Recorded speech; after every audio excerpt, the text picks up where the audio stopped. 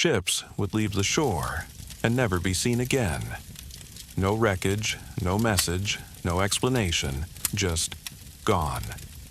And at the edge of Europe, there was a small kingdom staring at that emptiness. Portugal. A place most of Europe ignored. Not powerful enough to threaten anyone. Not rich enough to buy their way in.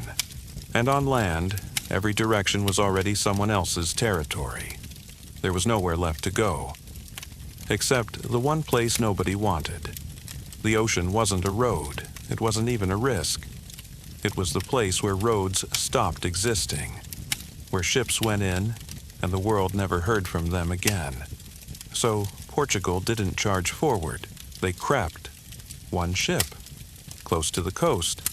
Far enough to learn something. Close enough to come back. Then they did it again, a little further, then back again and again. For years, this didn't look like exploration. It looked like fear, but fear was doing something. Every time a ship came back, it carried something, not gold, not land, information, where the wind shifts at this latitude, where the current pulls south, where the coast disappears, and what comes after. Small things, quiet things. But out there, a small mistake wasn't a delay. It was the difference between coming home and becoming one of those ships nobody heard from again. So they were obsessive about the small things. And slowly, without anyone noticing, something changed. Not the ocean. The ocean stayed exactly as dangerous as it had always been. What changed was how they read it. Wind patterns stopped being random. Currents stopped being invisible. Distance stopped feeling like a wall and started feeling like a language. A language only they were learning to speak. This is the moment most people miss. Portugal wasn't getting lucky. They weren't getting brave. They were getting precise. And precision is something most empires never bother with until it's too late. Because once you can read something no one else can read, you don't just survive it. You begin to move through it, differently. And then, one of them doesn't turn back. A captain keeps going, long after the coastline should have told him to stop. The wind shifts, the water changes, and for the first time, there is nothing in front of him that anyone back home can explain. No landmarks, no certainty, just open water and the decision to keep going. And when he finally reaches the other side, it doesn't feel like victory. It feels like something has just opened, a way through, a path that wasn't supposed to exist. And once that path exists, it doesn't stay empty for long. Because power doesn't disappear, it moves, and now it has somewhere new to move through. The entire system that controlled trade doesn't collapse all at once. It shifts, quietly, route by route, ship by ship, until the old paths matter less than the new ones. And what began as a way to survive is becoming something else. Something larger. Something that no one is fully in control of anymore. And the further they go, the more that changes. As exploration continued, knowledge expanded slowly, extending along the western coast of Africa, where each new section revealed both opportunity and uncertainty. The coastline became a guide, allowing movement to remain connected to land while still pushing further into areas that had not been previously mapped. This balance between familiarity and exploration defined the early phase, creating a rhythm in which progress was steady but never rushed. Because the ocean did not become safe simply because it was explored, and each journey still required caution, adaptation, and an awareness of conditions that could change without warning. Yet within that uncertainty, something important was beginning to form. A way of thinking. One that did not rely on fixed borders or established routes, but on movement, observation, and gradual understanding. This approach would shape everything that followed, because it allowed Portugal to operate differently from larger kingdoms, using the ocean not as a barrier, but as a pathway that could be learned over time. And as this mindset developed, it began to influence not only where ships traveled, but how the world itself was understood, shifting attention from land-based systems to possibilities that extended across water. This shift did not immediately create an empire, but it created the conditions from which one could emerge. Because once movement begins in a new direction, and once knowledge begins to accumulate, the next step becomes possible, even if it is not yet fully visible. And as these early journeys continued, moving gradually further along the African coast, a question began to take shape, one that would define the next phase of exploration. How far could this movement go, and what might be found beyond the edge of what was already known? As the early journeys continued along familiar coastlines, and as knowledge of the ocean slowly began to expand, the question was no longer whether movement was possible, but why it had become necessary in the first place. Portugal's position on the map shaped this necessity in a very direct way, because while it faced the Atlantic Ocean to the west, its eastern side was bordered by a much larger and more powerful neighbor. This meant that expansion across land was not only difficult, but limited by political and military realities, making it unlikely that Portugal could grow in the same way as other European kingdoms. At the same time, the most valuable goods in Europe did not originate nearby, but came from distant regions in Asia, moving through long-established trade networks that connected multiple territories. These networks were not open to everyone, and access to them was controlled by those who held key positions along the routes, creating a system in which participation depended on location and influence. For Portugal, this created a clear limitation, because without access to those routes, it remained dependent on intermediaries, purchasing goods at higher costs and with less control over supply. This situation did not immediately create urgency, but over time it shaped how opportunity was understood, because the difference between direct access and indirect access affected both the wealth and influence. The question then became how to reach those distant sources without relying on the systems that were already in place, and the answer, gradually, pointed toward the ocean. Unlike land routes, which were defined by borders and control, the ocean did not belong to any single power, and its pathways were not yet fully established or restricted. This meant that while it was more uncertain, it also offered a form of openness that did not exist on land, creating the possibility of reaching distant regions by a different route. At first, this idea remained theoretical, because the shape of the world beyond Europe was not fully known, and it was not clear whether such a route could exist, as some believed that the African continent might extend endlessly, preventing any connection to the east by sea, while others considered that it might be possible to navigate around it. This uncertainty did not stop exploration, but it influenced how it progressed, encouraging a step-by-step approach rather than a direct attempt to reach distant destinations. Each journey extended knowledge slightly further, mapping coastlines, identifying landmarks, and building a clearer picture of what lay beyond familiar territory. Over time, this process began to reduce uncertainty, not by removing it entirely, but by transforming it into something that could be approached with greater confidence. At the same time, the motivations behind exploration became more defined, as the economic advantages of direct access to goods became easier to understand. If a sea route could be found, it would allow Portugal to bypass intermediaries, reduce costs, and establish a more direct connection with regions that produced valuable materials. This would not only increase wealth, but also change its position within the broader system of trade, allowing it to participate more actively rather than relying on others. Yet, this possibility depended entirely on whether the route existed and whether it could be navigated safely over long distances.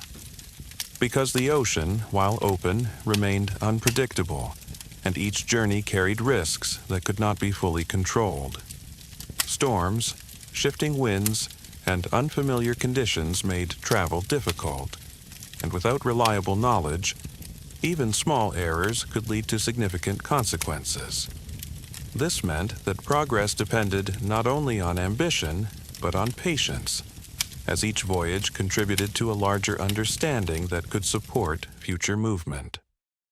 Navigation improved gradually during this period, as sailors learned to observe patterns in the environment, using the position of the sun and stars to estimate direction and distance. These techniques were not perfect, but they provided a framework that allowed journeys to extend further without losing the ability to return. At the same time, ships were designed to better handle open water, becoming more adaptable to changing conditions and more capable of traveling longer distances. These developments did not remove risk, but they made it manageable, allowing exploration to continue in a more consistent way. Over time, the combination of necessity and possibility created a clear direction, one in which the ocean was no longer simply an alternative, but the only path that offered meaningful expansion, because land was limited, and trade routes were controlled, and the only remaining space where movement could be defined independently was the ocean itself. This realization did not produce immediate results, but it shaped decisions, guiding exploration toward a goal that was still uncertain, but increasingly important. And as more journeys returned with new information, the idea of a sea route to the east began to move from possibility towards something that could be tested. And as exploration continued to push further along the African coast, the next challenge began to take form, not as a distant destination, but as a specific point that seemed to mark the edge of what could be reached, a place where progress slowed, and where the limits of knowledge would be tested for the first time. As the need to move beyond familiar boundaries became clearer, and as the ocean gradually shifted from an unknown space into a possible path, exploration did not accelerate suddenly, but developed through a particular way of thinking that shaped how each journey was approached. This mindset was not based on reaching distant destinations immediately, but on extending knowledge step by step, allowing each voyage to build upon the last without moving too far beyond what could be managed. Because the goal was not simply to go further, but to return with information that could be used again, creating a process in which progress depended on repetition rather than risk. Early expeditions followed this approach carefully, staying close to coastlines where land could still be seen, using familiar reference points to guide movement and ensure that navigation remained possible. This method limited how far ships could travel, but it allowed knowledge to accumulate in a reliable way, reducing uncertainty over time and creating a clearer understanding of the environment. Each journey added detail, not only about geography, but about how the ocean behaved, including the direction of winds, the strength of currents, and the timing of seasonal changes. These observations were not always recorded in a formal way, but they were remembered, shared, and gradually formed a body of knowledge that could guide future movement. Over time, this process created a pattern, one in which exploration became less about individual voyages and more about a continuous effort that extended across years. The importance of this pattern was not immediately visible, but it allowed progress to continue even when individual journeys did not achieve significant results. Because even when a voyage did not reach a new destination, it could still contribute to understanding, refining what was known and improving how the next journey would be planned. This approach reduced the impact of failure, turning each attempt into part of a larger process rather than an isolated event. At the same time, leadership began to support this method, recognizing that long-term progress depended on maintaining continuity rather than seeking immediate success. Resources were directed toward repeated exploration, ensuring that ships, crews, and knowledge remained available for ongoing journeys. This created stability within the process itself, allowing exploration to continue even when conditions were uncertain or when results were not immediately clear. Navigation techniques also improved within this framework, as sailors became more consistent in observing the position of the sun and stars, using these references to maintain direction when land was no longer visible. These methods were not perfect, but they provided enough reliability to extend movement slightly further with each attempt, gradually increasing the range of exploration. Ships were also adapted to better suit these journeys, becoming more responsive to wind and more capable of handling changing conditions, allowing them to operate more effectively along unfamiliar coastlines. Together, these changes formed a system, one that did not rely on a single breakthrough, but on the combination of small improvements that accumulated over time. This system allowed Portugal to continue moving outward, not quickly, but steadily, maintaining a pace that could be sustained without losing control. And within this steady movement, confidence began to grow, not because the ocean had become safe, but because it had become more understood. This distinction was important because it meant that risk was still present, but it was no longer entirely unpredictable, allowing decisions to be made with greater awareness. As a result, exploration began to extend further along the African coast, moving beyond earlier limits and entering regions that had not previously been reached. Each new section of a coastline revealed additional information, confirming some expectations while also introducing new uncertainties that needed to be understood. This process reinforced the idea that progress depended on patience, because moving too quickly could result in losing the knowledge that had already been gained. And so, the rhythm remained consistent, with voyages extending outward, returning, and then extending again, creating a gradual expansion of what was known. Over time, this approach began to define Portugal's position within exploration, not as the fastest or the most dramatic, but as the most consistent, because consistency allowed knowledge to grow, and knowledge made further movement possible. And as this pattern continued, the coastline extended further south, bringing ships closer to a point that had long remained out of reach, a place where earlier journeys had turned back, a place where uncertainty still remained stronger than understanding. And as that point came closer, it began to take on greater importance, not as a destination, but as a test of whether this system of exploration could move beyond its first true limit. As exploration continued to move gradually along the African coastline, and as each journey extended knowledge further than before, another realization began to take shape, one that would define how far this movement could go. Because going further did not depend only on intention, it depended on understanding. And understanding required tools. At the beginning of this process, navigation relied heavily on what could be seen: coastlines, landmarks, and familiar reference points that allowed sailors to maintain direction while remaining connected to land. This method worked well for short distances, but it limited how far ships could travel, because once land disappeared from view, orientation became uncertain. To move beyond that limitation, sailors needed a way to determine direction without relying on visible markers, and this requirement led to the gradual adoption of new techniques. One of the most important of these was the use of the stars, which provided a consistent reference point that remained visible even when the coastline could no longer be seen.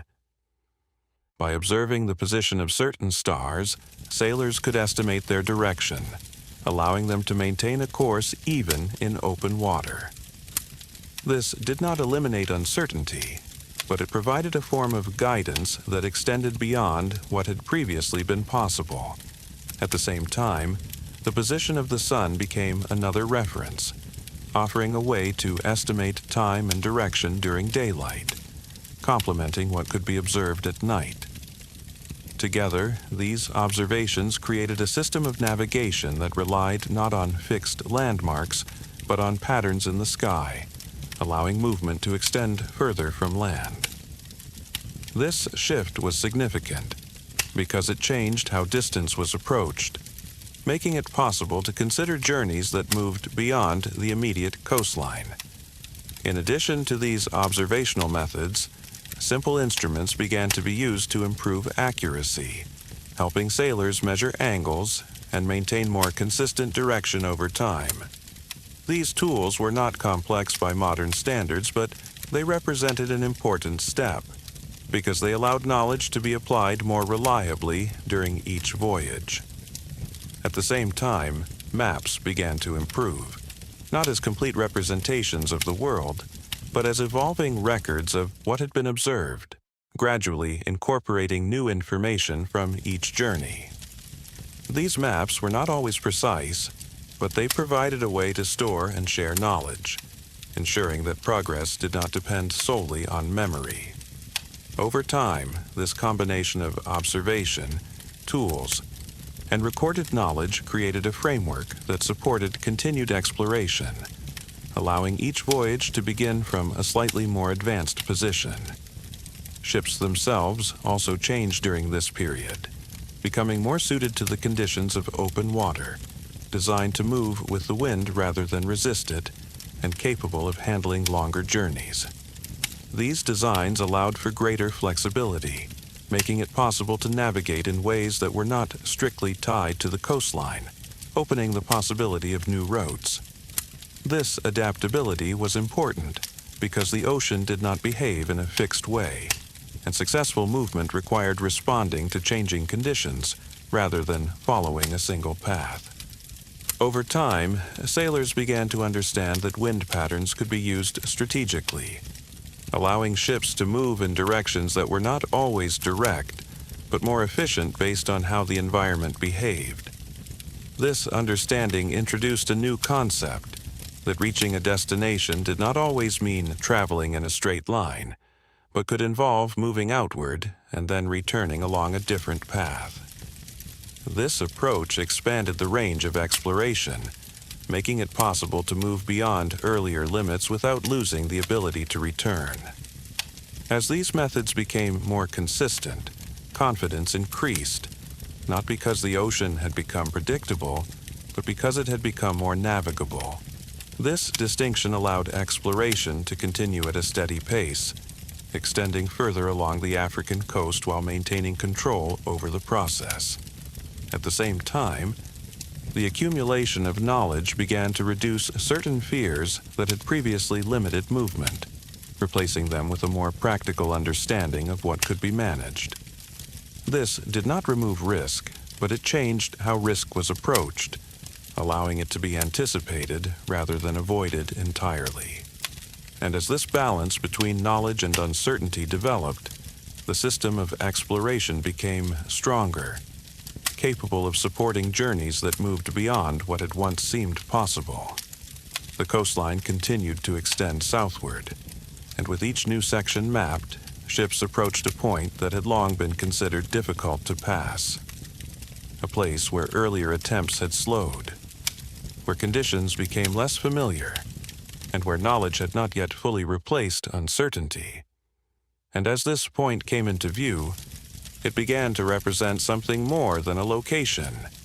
It became a test of whether the tools, methods, and understanding that had been built over time would be enough to move beyond the first true boundary of exploration.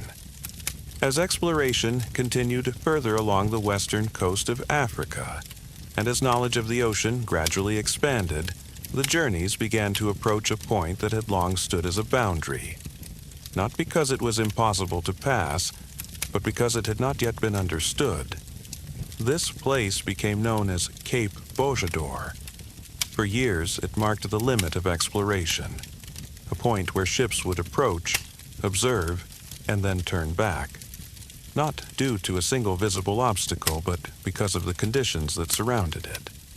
The waters near the cape were different from those encountered further north, with shifting currents, unpredictable winds, and a coastline that did not provide clear guidance for navigation. Sailors described the area as difficult to read, where familiar patterns no longer applied in the same way, making it harder to maintain direction and control. At the same time, knowledge about what lay beyond this point was limited, and without reliable information, moving forward carried risks that could not easily be managed. This combination of unfamiliar conditions and lack of knowledge created a natural hesitation, one that influenced decision-making even as exploration continued. Journeys would extend toward the Cape, gathering information, testing conditions, and then returning, adding small pieces of understanding without fully crossing the boundary. This pattern reflected the broader approach of exploration, where progress depended on accumulation rather than sudden change, allowing knowledge to build gradually over time. Yet, despite these efforts, the Cape remained a limit, not because it could not be passed, but because doing so required a different way of thinking about navigation. Up to this point, movement had largely followed the coastline, relying on proximity to land as a way to maintain orientation and ensure safe return. But near the Cape, this method became less effective because the conditions along the shore made it difficult to navigate directly, forcing sailors to reconsider how they approached the problem. This challenge introduced an important realization that moving forward might not mean staying close to land, but moving away from it.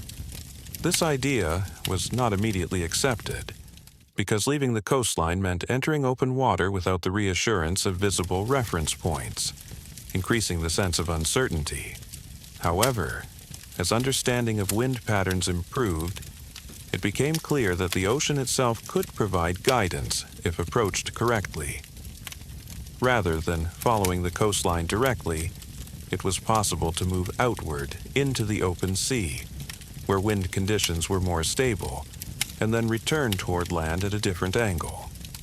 This approach required trust in knowledge that could not always be seen directly, but had been observed over time, making it a significant shift in how navigation was understood. For a long time, this idea remained theoretical, because it depended on confidence in patterns that were still being learned. But eventually, an attempt was made to apply this method in practice. Instead of following the coast toward the Cape, a ship moved outward into the Atlantic, allowing the wind to carry it away from the immediate difficulties of the shoreline. After traveling a certain distance, it turned back toward land, approaching the coast from a different direction. And when it returned, it did not encounter the same conditions that had previously prevented progress, because it had already passed the Cape, without facing it directly. This moment did not appear dramatic in its execution, but its significance was clear. The boundary had not been absolute. It had been a limitation of understanding. And once that understanding changed, the boundary no longer held the same meaning.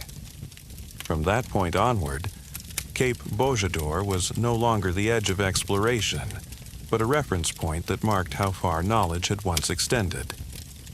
This shift changed the direction of future journeys, because it demonstrated that progress depended not only on moving forward, but on changing perspective. The ocean was not simply something to follow, it was something to use. And using it required understanding patterns that were not always visible, but could be learned through observation and experience. As a result, exploration began to move beyond the Cape, extending further along the African coastline and entering regions that had not previously been reached. Each new journey built upon this breakthrough, adding detail and reducing uncertainty in areas that had once been beyond reach. At the same time, confidence increased, not because risk had disappeared, but because it had become more manageable within the framework that had been developed. This balance between knowledge and uncertainty continued to define exploration, allowing progress to remain steady without becoming uncontrolled. And as ships moved further south, beyond what had once been the first true limit, a larger question began to take shape. If one boundary could be passed, how many more remained, and how far this movement could ultimately extend. Once the first major boundary had been passed, and once the idea that the ocean could be used rather than simply followed became clearer, exploration did not slow, but began to move with a steadier and more confident rhythm. The significance of passing Cape Bojador was not only that it extended the coastline, but that it changed how limits were understood, transforming them from fixed barriers into challenges that could be approached differently. This shift had a direct effect on how future journeys were planned, because it encouraged a more flexible approach to navigation, one that relied on patterns rather than proximity to land. Ships now moved further along the African coast, no longer turning back at earlier limits, and each voyage extended knowledge into regions that had previously remained unknown. As this movement continued, new coastlines were mapped, and with them came new observations about the environment, including differences in climate, wind behavior, and ocean conditions. These variations required adaptation, because methods that worked in one region did not always apply in another, reinforcing the need for continuous learning. At the same time, contact with local populations along the coast introduced new elements into the process, providing information about geography, resources, and routes that were not immediately visible from the sea. These interactions were not always consistent, but they contributed to a broader understanding of the regions being explored, adding another layer to the accumulation of knowledge. Over time, this combination of navigation, observation, and interaction created a more complete picture of the coastline, allowing exploration to proceed with greater awareness. The pattern of movement remained similar. Voyages extended outward, returned, and then extended again, but the distance covered in each stage gradually increased. This created a sense of continuity, where progress was measured not by sudden breakthroughs, but by the ability to maintain forward movement over time. At the same time, the idea of reaching a distant destination began to take on greater importance, because the possibility of navigating around Africa now seemed more realistic. The coastline, while still long and complex, no longer appeared endless, and the question of whether it could be fully explored became more focused. This shift influenced decision-making, encouraging longer journeys that pushed further south while still maintaining the ability to return. Navigation techniques continued to improve within this framework, as sailors became more confident in using the stars and wind patterns to guide movement even when far from land. These improvements did not eliminate uncertainty, but they reduced it enough to support extended voyages, making exploration more sustainable. Ships also became more capable of handling these conditions, allowing them to travel further without losing stability, and making it possible to carry more supplies for longer journeys. This increased range allowed exploration to move beyond earlier limits, reaching areas where the coastline began to change in shape and direction. As ships traveled further south, they encountered regions where the ocean behaved differently, with stronger currents and more complex wind patterns that required careful navigation. These conditions did not stop progress, but they slowed it, requiring adaptation and reinforcing the importance of understanding the environment rather than simply moving through it.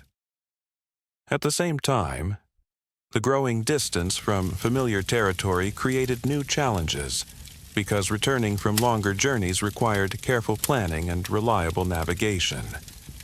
This made each voyage more demanding, but it also increased the value of the knowledge gained, because it contributed to a clearer understanding of how to manage these conditions.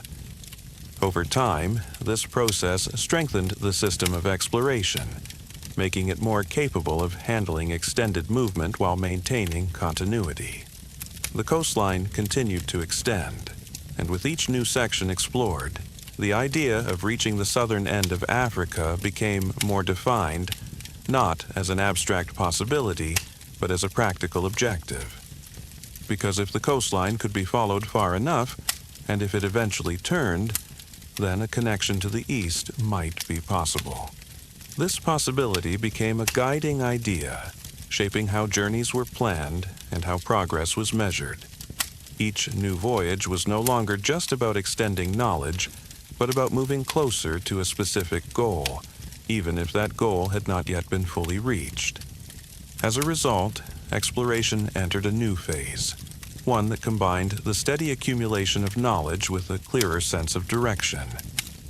The system remained patient, but it was no longer without purpose.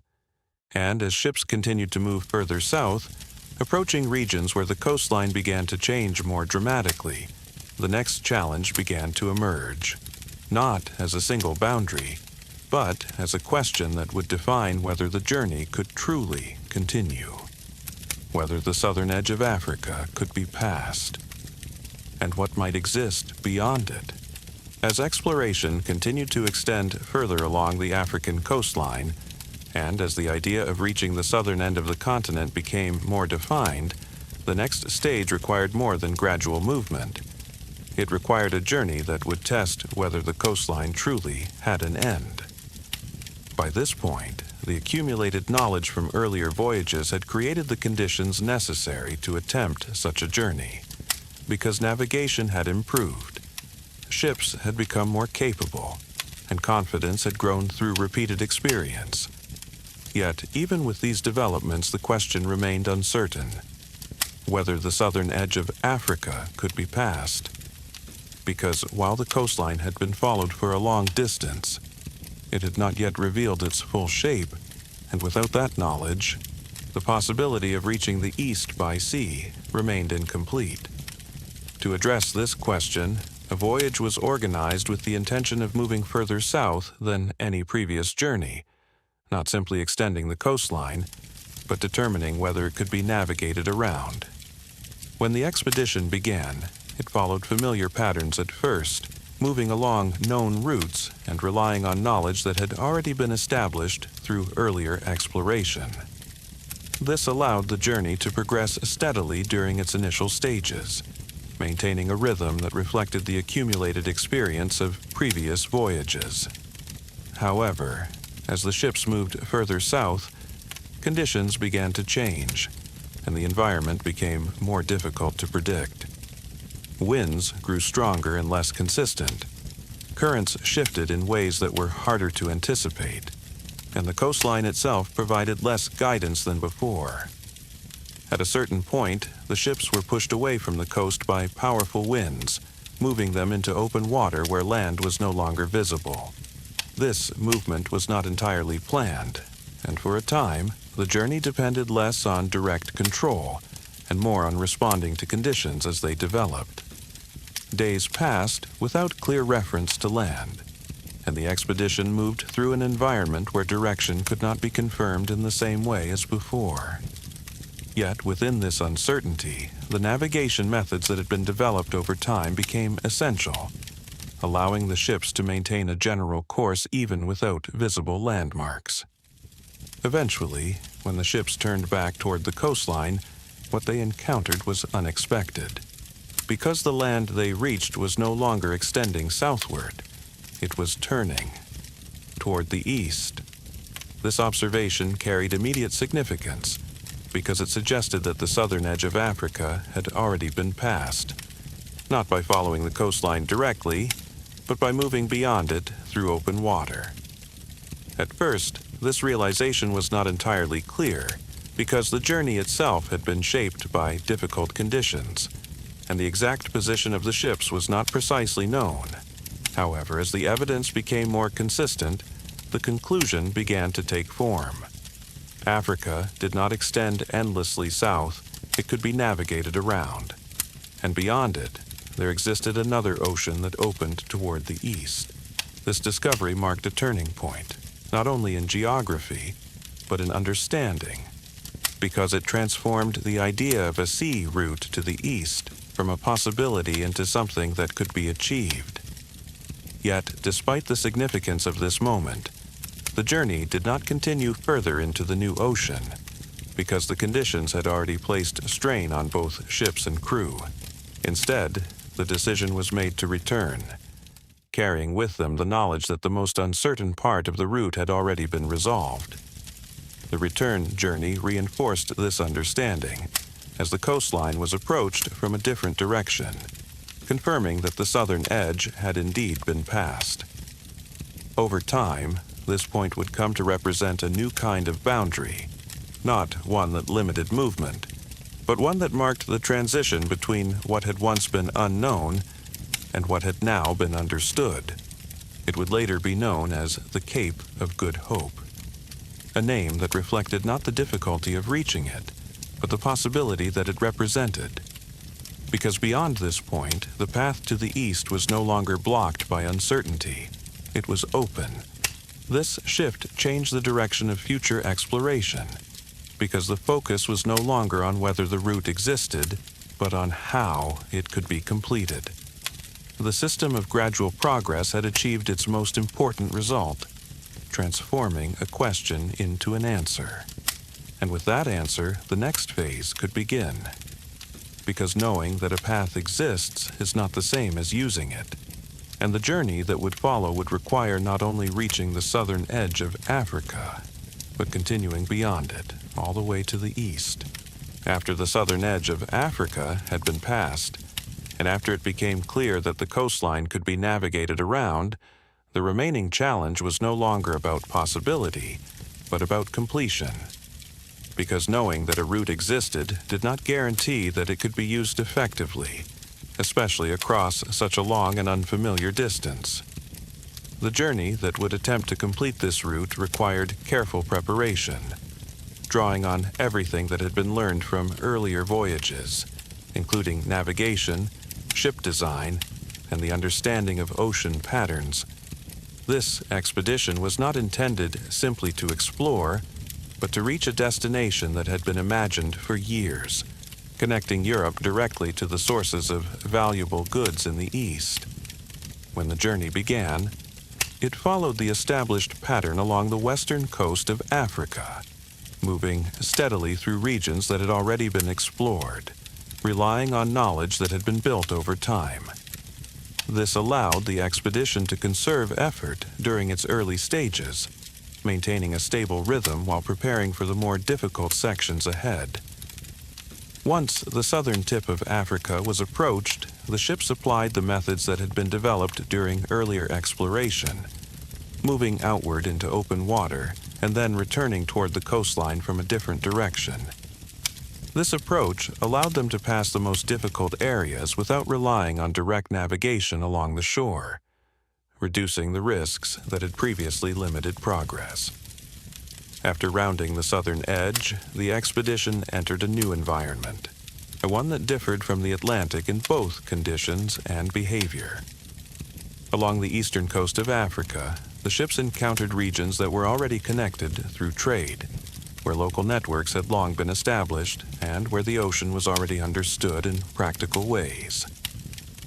This was different from the earlier stages of exploration, because it introduced a system that did not need to be discovered, but needed to be understood. Through interaction with local populations, the expedition gained information about routes across the Indian Ocean, including the timing of winds that could carry ships toward the east. These wind patterns, known through long experience in the region, provided a way to cross open water over great distances, something that had not been possible without guidance.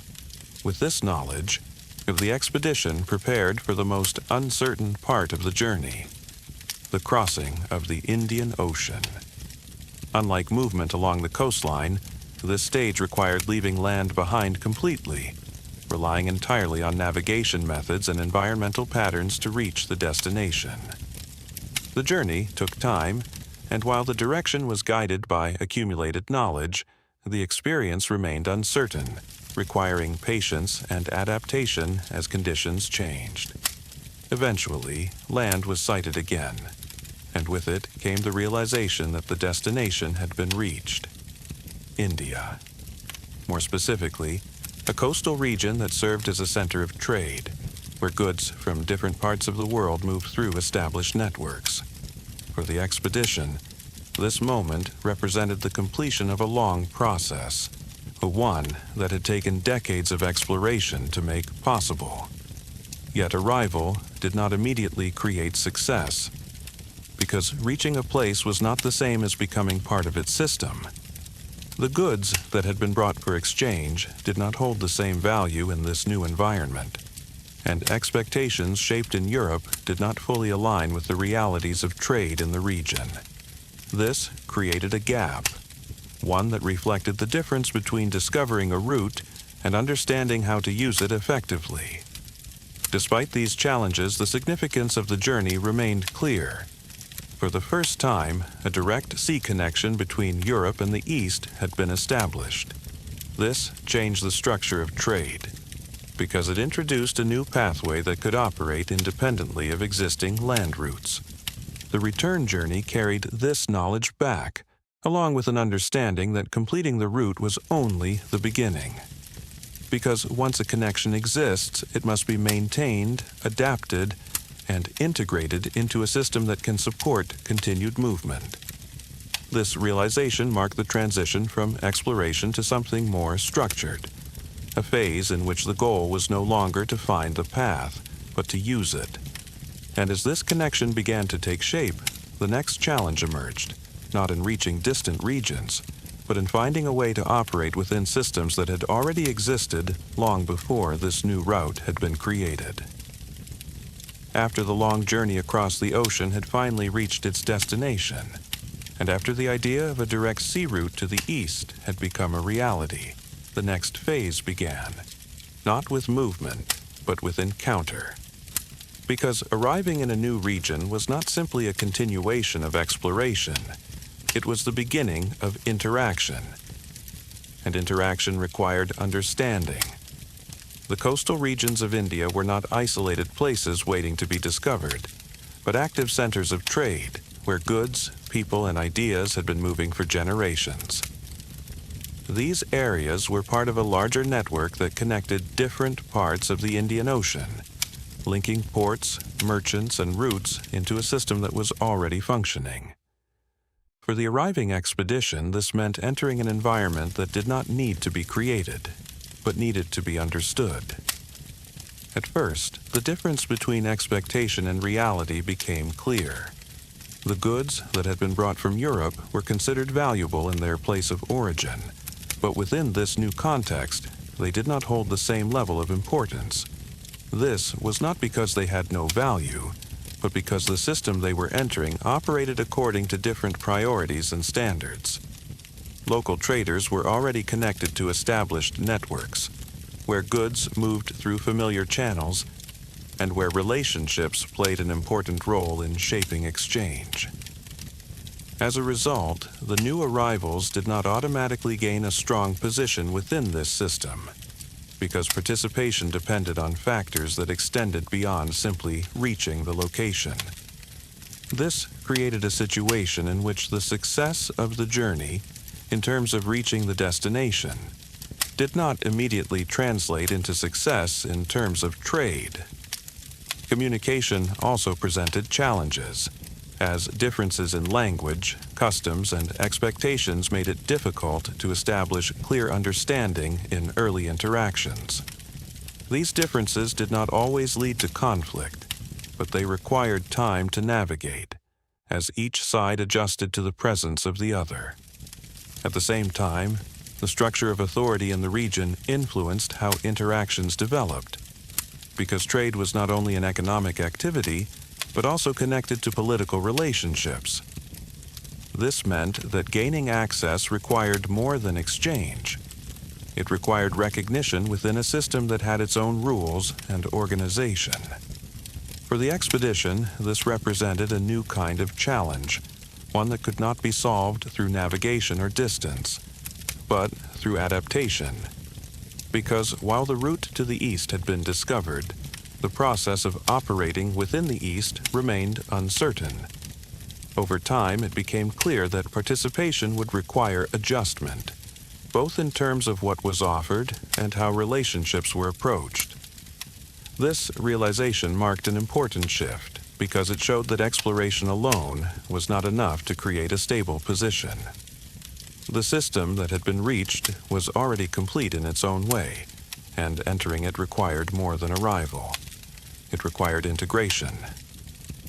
Yet integration was not immediate, and the early stages of contact reflected this gap, as expectations from one side did not fully align with the realities of the other.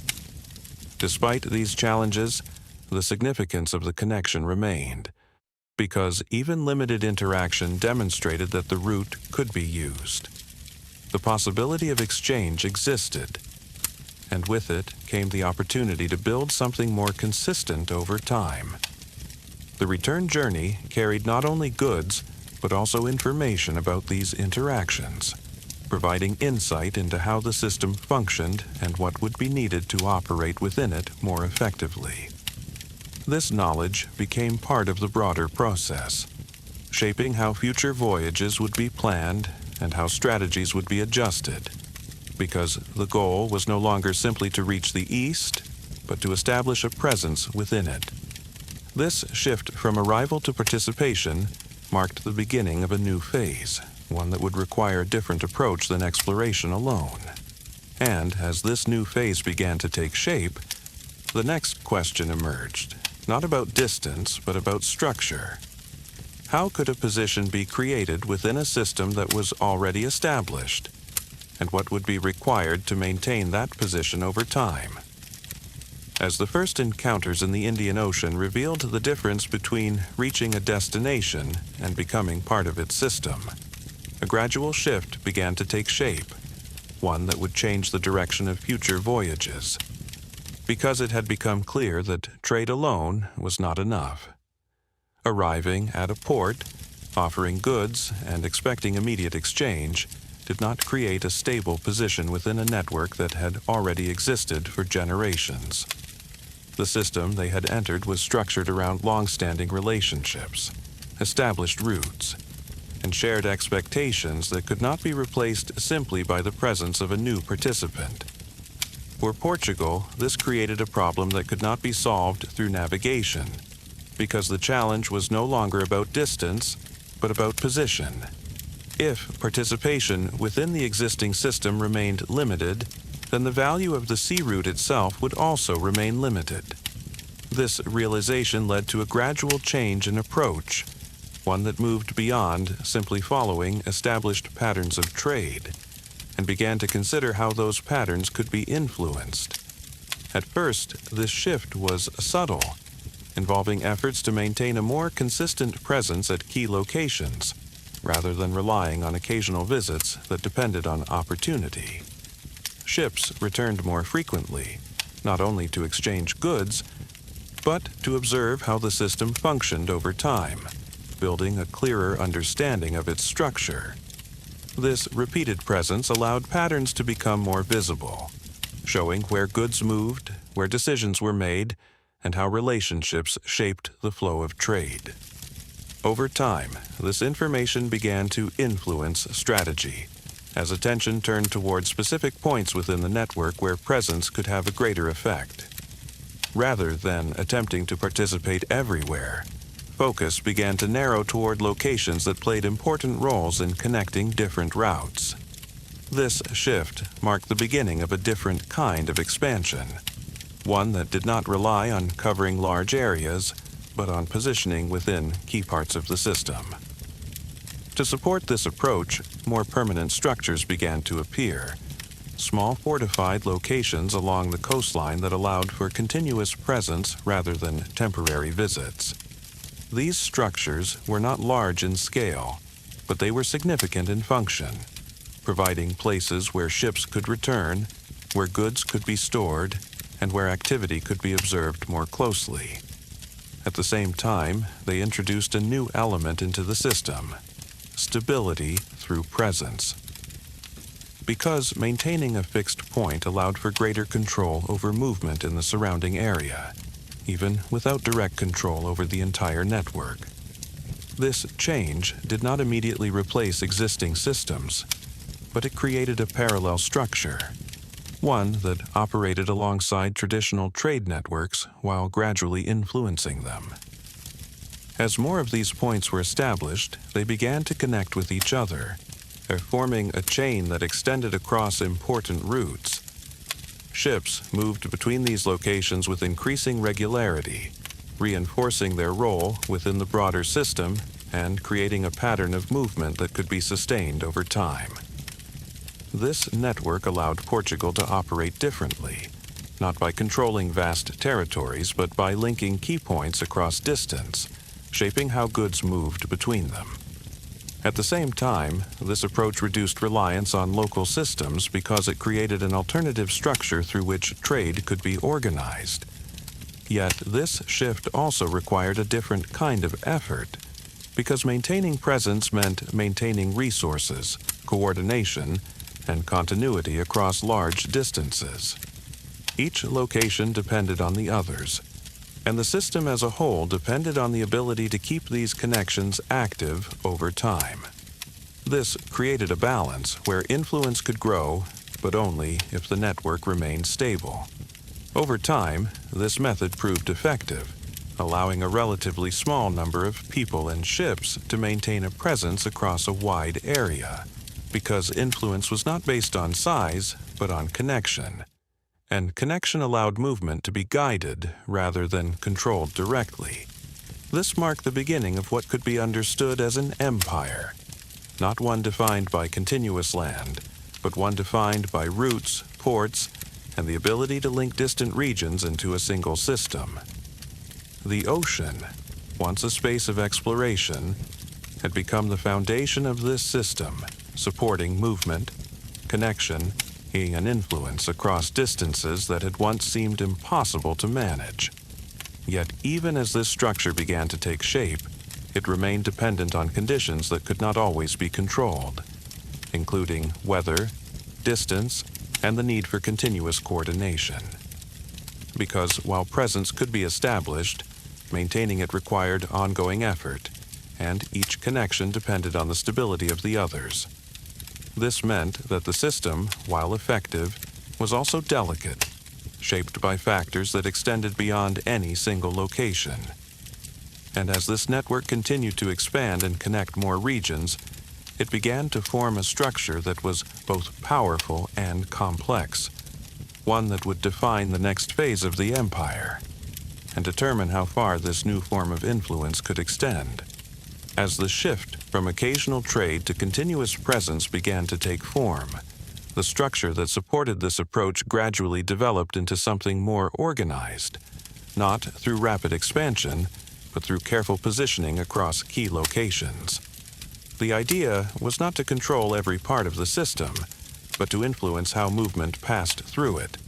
This distinction shaped how the network was built, focusing on points that connected routes rather than on covering large areas of land. Along the coasts of Africa and across the Indian Ocean, certain locations began to stand out as particularly important. Places where goods passed regularly, where ships gathered, and where decisions influenced the direction of trade. By maintaining a presence at these points, it became possible to observe patterns more closely, and over time, to guide movement in subtle but effective ways. These locations were not isolated, but connected, forming a chain that extended across distance, linking different regions into a single structure. Each point within this chain served a specific function. Some provided support for ships, others facilitated exchange, and others allowed for coordination between different parts of the network. Together, they created a system that operated through connection rather than direct control, allowing influence to extend beyond any single location. Ships moved between these points with increasing regularity, following routes that had been refined through experience, creating a pattern of movement that could be repeated over time. This repetition was important because it turned individual voyages into a system, allowing activity to continue even when conditions varied. At the same time, communication between these locations, though limited by distance, became more consistent, as information traveled along the same routes as goods. This allowed knowledge to circulate within the network, improving coordination and helping each part of the system respond to changes more effectively. Over time, this structure began to take on the characteristics of an organized network, one that did not depend on a single center, but on the connections between multiple points. This made it both flexible and efficient, because it could continue to operate even if one part of the system faced disruption. At the same time, the presence at these locations allowed for greater influence over how trade was conducted, and shaping which routes were used and how goods moved between regions. This influence was not always direct, but it was consistent, and over time, consistency created familiarity, and familiarity shaped behavior. Merchants began to adjust to these patterns, incorporating them into their own activities, and gradually, the network became part of the broader system of exchange. For Portugal, this created a position that extended beyond its size, allowing it to operate across large distances without needing to control vast territories, because the strength of the system came from connection, not from land, and connection allowed influence to move with the flow of goods and information, rather than being tied to a fixed location. Yet this structure also required careful maintenance, because each connection depended on the others, and the stability of the system depended on continuity across distance. If one part of the network became less active, it could affect the flow of movement elsewhere, creating a chain of influence that required constant attention. This made the system both effective and sensitive, capable of extending influence widely, but also dependent on maintaining balance across its parts. At the same time, the environment in which this network operated remained complex, with existing trade systems continuing to function alongside it. This meant that the network did not replace earlier structures, but interacted with them, creating a layered system where different forms of organization coexisted. Over time, this interaction shaped how the network evolved, as it adapted to the presence of others and adjusted to changing conditions, because maintaining position required flexibility, and flexibility required understanding how the system itself was changing. As this process continued, the network became more defined, not as a collection of isolated points, but as a connected structure that could support ongoing movement. The ocean, which had once been a barrier, had become the space in which this system operated, linking distant regions into a pattern that could be sustained over time. And as this network grew more established, it began to reveal both its strength and its limits, setting the stage for the next phase, where maintaining control over movement would require even greater coordination and adaptation. As the network of connected locations became more established, and as movement between these points grew more consistent, another layer of the system began to take shape, one that would determine how valuable this network could become over time. Because connection alone did not create influence. It needed to be filled with movement, and movement was driven by goods. The regions connected by this network produced different materials, each with its own value, and each moving through the system in ways that reflected both demand and availability. Among these, certain goods stood out for their importance, particularly spices, textiles, and other materials that were difficult to obtain in Europe. These goods did not originate in a single place, but moved through multiple regions before reaching their final destinations, creating a chain of exchange that extended across great distances. Within this chain, each stage added value, not only because of the material itself, but because of the distance it had traveled and the effort required to move it. For Portugal, the existence of a direct sea route meant that this chain could be adjusted, allowing goods to move along a different pathway that bypassed parts of the earlier system. This did not eliminate existing routes, but it introduced an alternative, one that could operate alongside them while gradually influencing how movement was organized. Ships began to carry goods between the East and Europe more regularly, following routes that had been refined through repeated journeys, creating a flow that could be sustained over time. This flow was not constant in the sense of uninterrupted movement, but it followed patterns shaped by seasons, wind conditions, and the timing of the voyages. Over time, these patterns became more predictable, allowing planning to improve and making it possible to organize movement in a more structured way. Goods collected at one point would be transported to another, stored, exchanged, and then moved again, passing through multiple locations before reaching their final destination. Each step in this process depended on the connections that had been established, linking regions into a system where movement could continue even when individual journeys varied. This created a form of continuity, where the system itself maintained flow, rather than relying on any single voyage to succeed. At the same time, the value of goods influenced how the network was used, because routes that supported higher value materials received more attention and more frequent movement. This shaped the structure of the system, concentrating activity along certain pathways while leaving others less active. Over time, this concentration reinforced the importance of specific locations, turning them into key points within the network where goods were more likely to pass.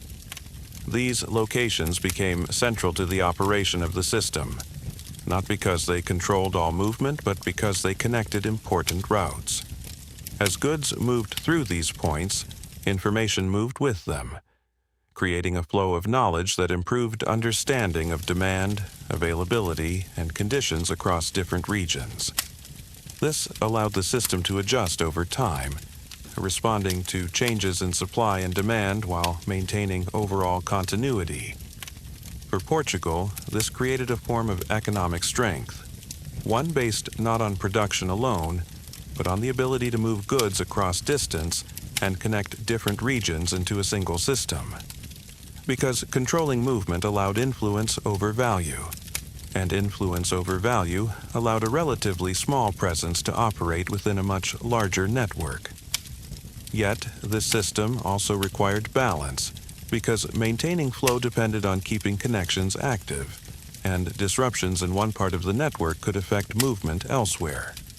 Weather, distance, and the complexity of routes all played a role, creating a system that functioned well when maintained, but required ongoing attention to remain stable.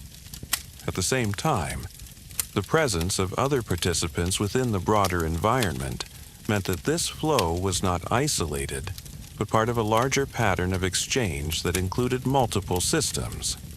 This added complexity, as goods could move along different routes depending on conditions, creating a dynamic environment where influence had to be maintained rather than assumed. Over time, this made the network more resilient, because it adapted to change, but also more competitive, because it operated within a system that included multiple participants. As this process continued, the movement of goods became more integrated into the structure of the empire, linking distant regions into a pattern that could support sustained activity. The ocean, which had once been a space of uncertainty, had become a pathway through which value moved, connecting places that had previously been separated by distance. And as this flow continued to expand and become more consistent, it began to shape the next phase of the empire, one in which maintaining control over key points would become essential to sustaining the movement that had been created. As the network of routes and the flow of goods continued to operate across long distances, and as the structure of the empire became more defined through connection rather than territory, certain limits began to appear, not as immediate obstacles, but as gradual constraints that shaped how far the system could extend. At first, these limits were not obvious, because the network still functioned. Ships continued to travel, and goods moved between regions with a rhythm that had been established over time. Yet beneath that continuity, the system depended on conditions that were not entirely within control, including the stability of routes, the reliability of movement, and the ability to maintain coordination across distance. Because each connection required support, and each location depended on the others, the system was only as strong as its ability to remain connected. As the network expanded, the number of connections increased, and with it, the complexity of maintaining them. More ships were required to sustain movement, more coordination was needed to align different parts of the system, and more resources were necessary to support each location within the network. This growth created both opportunity and strain, because while it allowed influence to extend further, it also made the system more difficult to manage. At the same time, communication remained limited by distance, as information could only travel as fast as ships could move, creating delays between events and responses. This meant that decisions often had to be made locally, based on incomplete knowledge of conditions elsewhere, introducing variation into how the system operated. Over time, this variation became more noticeable, as different locations responded to their own circumstances, creating a network that was connected, but not always consistent. In some areas, activity remained steady, while in others it fluctuated depending on conditions that could not always be predicted. This unevenness did not immediately disrupt the system, but it influenced how effectively it could maintain its structure over time. At the same time, the presence of other participants within the same regions added another layer of complexity, as different groups operated within the same environment, influencing movement in ways that could not be controlled entirely. This did not replace the existing network, but it changed the context in which it operated, making it part of a broader system rather than a structure that could define movement on its own. As a result, maintaining influence required more effort, because it depended not only on internal coordination, but also on how the system interacted with others. This created a situation in which the earlier advantages of being first began to shift, as new approaches and new participants adapted to the same environment. At the same time, the system remained dependent on continuous movement, because its strength came from connection, and connection required activity to remain active. If ships did not travel, if routes were not maintained, or if coordination weakened, the structure could begin to lose its effectiveness. This dependence made the system sensitive to disruption, because even small changes in one part of the network could affect movement elsewhere. Weather, distance, and changing conditions all played a role, creating a system that functioned well when balanced, but required ongoing attention to maintain that balance. Over time, this need for balance became more difficult to sustain, as the system continued to expand and as conditions became more complex, because growth increased the number of variables that needed to be managed, so making it harder to maintain consistency across all parts of the network. Yet, despite these challenges, the system did not collapse, but adapted, adjusting to changes while continuing to operate. This adaptability allowed it to remain effective, but it also introduced a new characteristic: dependence on adjustment, because stability was no longer maintained through consistency alone, but through the ability to respond to changing conditions. As a result, the nature of the empire began to shift, not in a way that was immediately visible, but in how it functioned internally. It remained connected, it remained active, but it became more sensitive to change, and more dependent on maintaining balance across distance. And as these limits continued to develop, they began to shape the next phase of the empire, one in which expansion would no longer be the primary focus, and maintaining the system would become an increasingly important challenge. As the network continued to expand across greater distances, and as more connections were added to support the movement of goods and information, the system began to carry a different kind of weight. Not immediately visible, but increasingly important in how it functioned. Expansion had created opportunity, allowing influence to extend across oceans and connect distant regions into a single structure. Yet, with each new connection, the demands of maintaining the system also increased, requiring more coordination, more resources, and more consistent movement to keep everything functioning. At first, these demands were manageable, because growth had been gradual, and each addition to the network built upon what already existed. However, as the system became larger, the effort required to sustain it began to grow at a faster pace than the expansion itself. This created a shift, where maintaining the system became as important as extending it, because without stability, further growth could not be supported. At the same time, the distances between key locations remained significant, and the time required for ships to travel between them limited how quickly information and resources could move. This meant that delays became part of the system, influencing how decisions were made and how effectively different parts of the network could respond to change. In some cases, conditions would shift before information about them could arrive, creating situations where actions were based on outdated understanding. This did not immediately disrupt the system, but it introduced inefficiencies, making coordination more difficult as the network expanded. At the same time, the reliance on continuous movement created pressure, because each connection depended on ships traveling regularly between distant points. If that movement slowed, even temporarily, it could affect the flow of goods and the stability of the system. Weather played a role in this, as changing conditions could delay voyages or alter routes, adding another layer of uncertainty that had to be managed. Over time, these factors combined to create a system that was effective, but increasingly complex, requiring careful balance to maintain its function.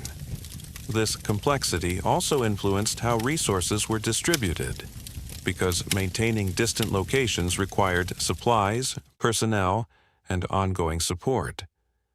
As more locations were added, the total demand increased, creating a situation where resources had to be spread across a wider area. This distribution allowed the system to operate across distance, but it also reduced the concentration of support at any single point, making each location more dependent on the network as a whole.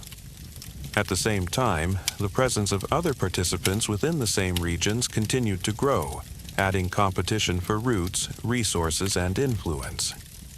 These participants did not necessarily challenge the system directly, but they introduced variation into how movement occurred, making it less predictable. As a result, maintaining control over key routes required more effort, because influence had to be reinforced rather than assumed. This added pressure to the system, as it required ongoing attention to conditions that were constantly changing. Over time, the balance between expansion and maintenance continued to shift, with maintenance becoming more demanding as the system grew, because each additional connection increased the number of factors that needed to be managed, making it harder to maintain consistency across the entire network. Yet, despite this growing complexity, the system did not collapse, but continued to operate, adapting to changes and adjusting to new conditions. This adaptability allowed it to remain functional, but it also meant that stability was no longer based on simplicity, but on the ability to manage complexity. As a result, the nature of the empire began to change, not in its outward appearance, but in how it was sustained internally. It remained connected, it remained active, but it required more effort to maintain that connection than it had in earlier stages. And this increasing demand began to shape how the system would evolve in the future. And as the weight of expansion continued to grow, it began to reveal another shift, one that would move the focus of the empire away from the Eastern network and toward a different region where new opportunities were beginning to emerge. As the pressure of maintaining a wide network across the Eastern Oceans continued to grow, and as the balance between expansion and stability became more difficult to sustain, Another direction began to draw attention, not as a replacement, but as an addition that would gradually change the structure of the empire. This direction lay across the Atlantic, to the west, where a different kind of opportunity was beginning to take shape. At first, this region had not been the primary focus of exploration, because earlier efforts had been directed toward reaching the east and establishing connections within existing trade networks. Yet, as voyages crossed the Atlantic, and as the coastline of South America became more familiar, the potential of this region began to emerge more clearly. Brazil. Unlike the Eastern network, which depended on navigating complex systems of trade and interaction, Brazil offered something different. Space. Land that could be used directly, rather than navigated through existing structures. This distinction changed how the region was approached, because it allowed for a form of activity that did not depend on integrating into established networks. Instead, it created the possibility of building something new. At first, presence in Brazil remained limited, focused on maintaining contact and observing conditions rather than developing large-scale activity. However, over time, attention began to shift toward the resources that the land could support, particularly in areas where climate and environment allowed for consistent cultivation. This shift marked a change in perspective, from movement across distance to activity within a specific place. Because while the Eastern system depended on connection, the Atlantic offered the possibility of production. And production created a different kind of stability, one that did not rely on constant navigation across long distances, but on the ability to maintain activity within a defined region. As this realization developed, efforts began to focus more directly on establishing a presence along the Brazilian coast, creating settlements that could support ongoing activity rather than temporary visits. These settlements were connected to the wider network through ports, allowing goods produced in the region to move across the Atlantic and into European markets. Over time, this created a new pattern, one in which the ocean no longer connected distant systems alone, but linked production in one region with consumption in another. This shift did not replace the Eastern network, but it added a second structure, a one that operated differently and required a different form of organization. Because while the Eastern system was built on movement and exchange, the Atlantic system began to take shape around continuity and output. This difference influenced how resources were used, as attention moved toward developing land, organizing labor, and maintaining consistent production over time. At the same time, the shorter distance across the Atlantic compared to the long routes to the east made movement more manageable, reducing some of the challenges associated with extended voyages. This allowed for more regular travel between regions, reinforcing the connection between production and transport, and creating a system that could be sustained with greater consistency. As activity increased, the role of Brazil within the empire became more defined, shifting from a peripheral region to one that contributed directly to its economic structure. This transformation did not happen suddenly, but through gradual development. As more land was used, more settlements were established, and more connections were formed between the region and the wider network. Over time, this created a new balance within the empire, one in which the Atlantic began to play a more central role alongside the eastern routes. Because while the Eastern system remained important, the Atlantic offered a different kind of advantage, one based on control over production rather than participation in existing trade networks. This combination created a more complex structure, where different systems operated together, each contributing to the overall function of the empire. Yet this also introduced new challenges, because managing both systems required coordination across even greater distance and complexity. As a result, the shift toward the Atlantic did not reduce the demands of the empire, but redistributed them, creating new patterns of activity while maintaining the need for connection.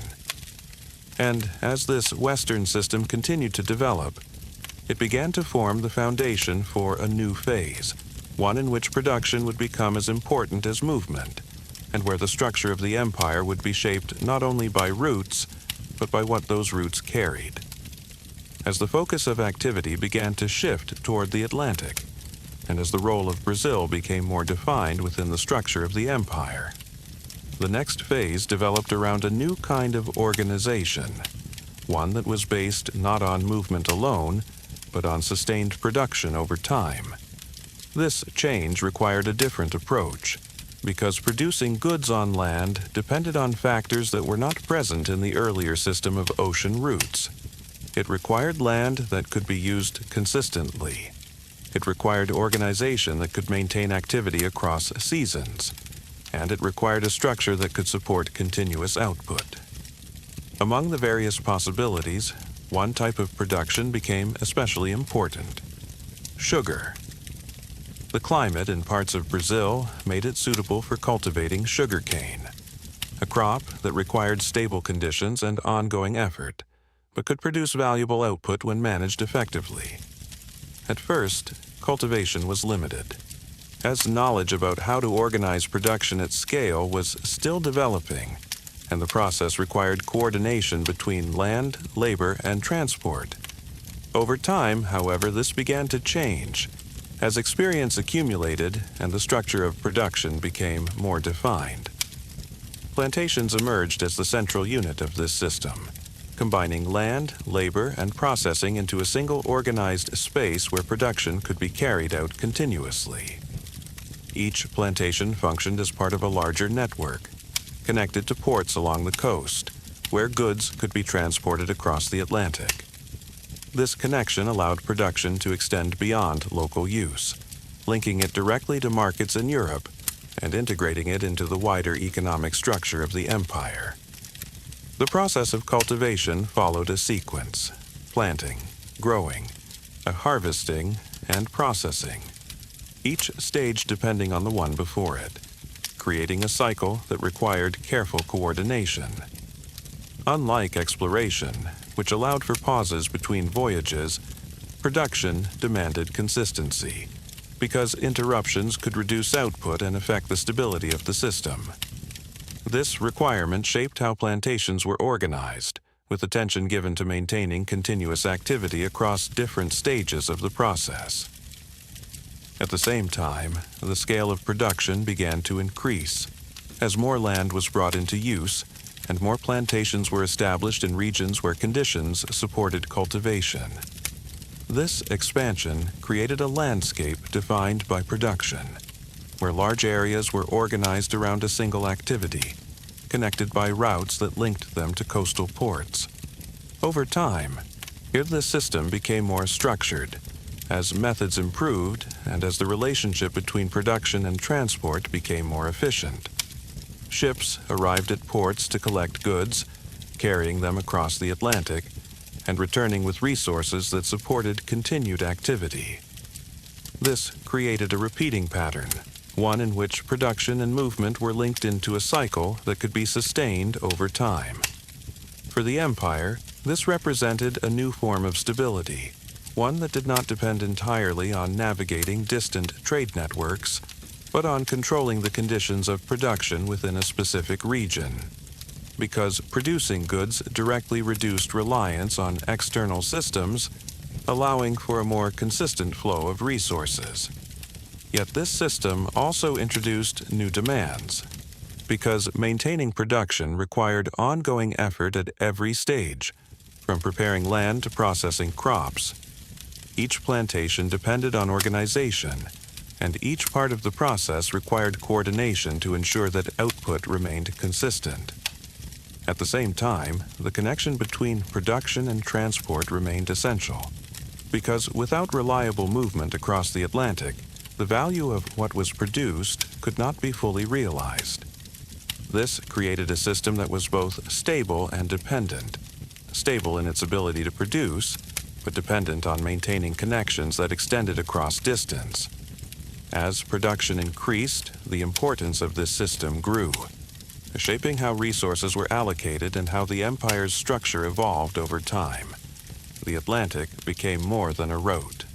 It became the space that connected production with exchange, linking regions into a system that could sustain itself through repetition. This repetition created familiarity, and familiarity allowed the system to continue, even as conditions varied. Over time, the plantation system became one of the central elements of the empire, defining how value was created and how it moved across the Atlantic. Yet, even as it expanded, it carried with it the need for continuous support, because production could not pause without affecting the entire structure. And as this system continued to grow, it began to depend on another factor that would shape its future. Not just land, not just organization, but the ability to sustain the labor required to maintain this continuous cycle of production. As the system of production in the Atlantic began to expand, and as plantations required continuous activity to maintain output, another element became essential to sustaining this structure over time: labor. Because land alone could not produce, and organization alone could not maintain activity. Production depended on a steady and reliable workforce, capable of supporting each stage of the process, from cultivation to processing. At first, attempts were made to meet this need using local populations, drawing on the communities that already lived within the region. However, this approach proved difficult to sustain, because it depended on conditions that varied across different areas, and it did not provide the level of consistency required for large-scale production. As a result, attention turned toward another source of labor, one that had already become part of broader patterns of movement across the Atlantic. Over time, a system developed in which people were transported from regions along the western coast of Africa to the plantations in Brazil, becoming part of the structure that supported production. This movement did not occur in isolation, but became part of a larger network that connected different regions through a cycle of exchange. Ships carried goods from Europe to Africa, where they were exchanged, and then transported people across the Atlantic, linking this movement to the production system in Brazil. From there, goods produced on plantations were shipped to Europe, completing a cycle that connected multiple regions into a single pattern of activity. This system created a form of continuity because each part depended on the others, forming a loop in which movement, production, and exchange were interconnected. Within this structure, labor became a central element, shaping how plantations operated and how output was maintained over time. The work required on plantations followed a demanding rhythm, one that depended on regular cycles of cultivation and processing, with each stage requiring coordination and effort. This created a system in which activity needed to remain continuous, because interruptions could affect the entire process and reduce output. At the same time, the scale of production meant that large numbers of people were required to sustain operations across different locations. This increased the importance of maintaining a steady flow of labor, ensuring that the system could continue to function even as conditions changed. Over time, this structure became more defined, integrating labor into the broader network that connected the Atlantic, linking regions not only through goods, but through the movement of people. For the empire, this created a system that combined production and transport into a unified structure, one that could operate across distance while maintaining internal continuity. Because each part of the system supported the others. Production depended on labor, labor depended on movement, and movement depended on connection. Yet this system also carried a complexity that extended beyond its structure, because it relied on maintaining balance across multiple regions, each with its own conditions and challenges. Changes in one part of the system could affect others, creating a network that required constant adjustment to remain stable. At the same time, the expansion of this system increased its scale, connecting more locations and involving more participants, making it both more effective and more complex. This complexity did not stop its operation, but it influenced how it evolved, as the need for coordination continued to grow alongside expansion. Over time, the labor system became inseparable from the structure of production, shaping how plantations functioned and how goods moved across the Atlantic. It became part of the foundation of the empire's economic activity, supporting the flow that connected different regions into a single system. Yet even as it sustained production, it also increased the demands placed on the network, because maintaining this structure required ongoing effort across all its parts. And as this interconnected system continued to operate, linking labor, production, and movement into a continuous cycle, it began to shape the next phase of the empire, one in which the scale of activity would grow even further, and where the flow of wealth would begin to transform the balance of the system itself. As the system of production and labor became more established across the Atlantic, and as the movement of goods followed patterns that could be sustained over time, another development began to shape the structure of the empire in a new way. The discovery of gold in Brazil. This development did not emerge suddenly as a complete transformation, but grew from gradual observations, as regions within the interior revealed resources that had not previously been central to the system.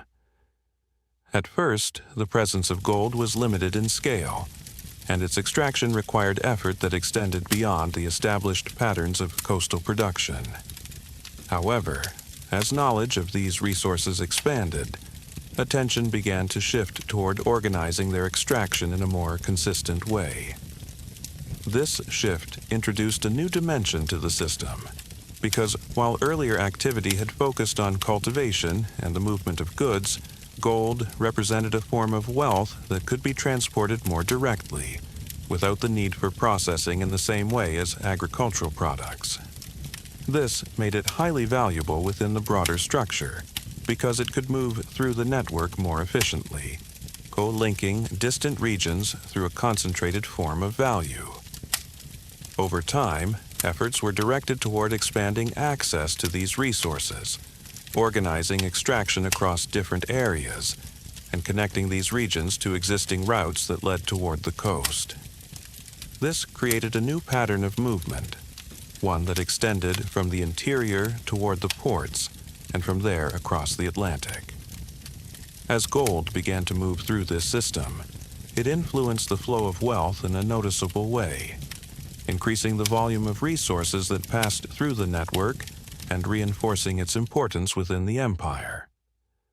The ports that had already supported the movement of goods now became points through which this new form of wealth was transported, linking production, extraction, and exchange into a more complex structure. At the same time, this development altered how the system was organized, because attention shifted toward regions where resources could be extracted, rather than only where goods could be produced. This introduced a new balance, one in which different parts of the system contributed in different ways, some through production, others through extraction, and others through movement. Together, they created a layered structure, where value was generated in multiple forms and moved through interconnected pathways. The presence of gold also influenced how the empire was perceived within the wider environment, because it increased the concentration of wealth moving through its network. This did not replace earlier systems, but it added to them, creating a more complex flow that combined different types of activity into a single structure. At the same time, the extraction of gold required its own form of organization, one that depended on access to land, the movement of people, and the ability to maintain activity over time.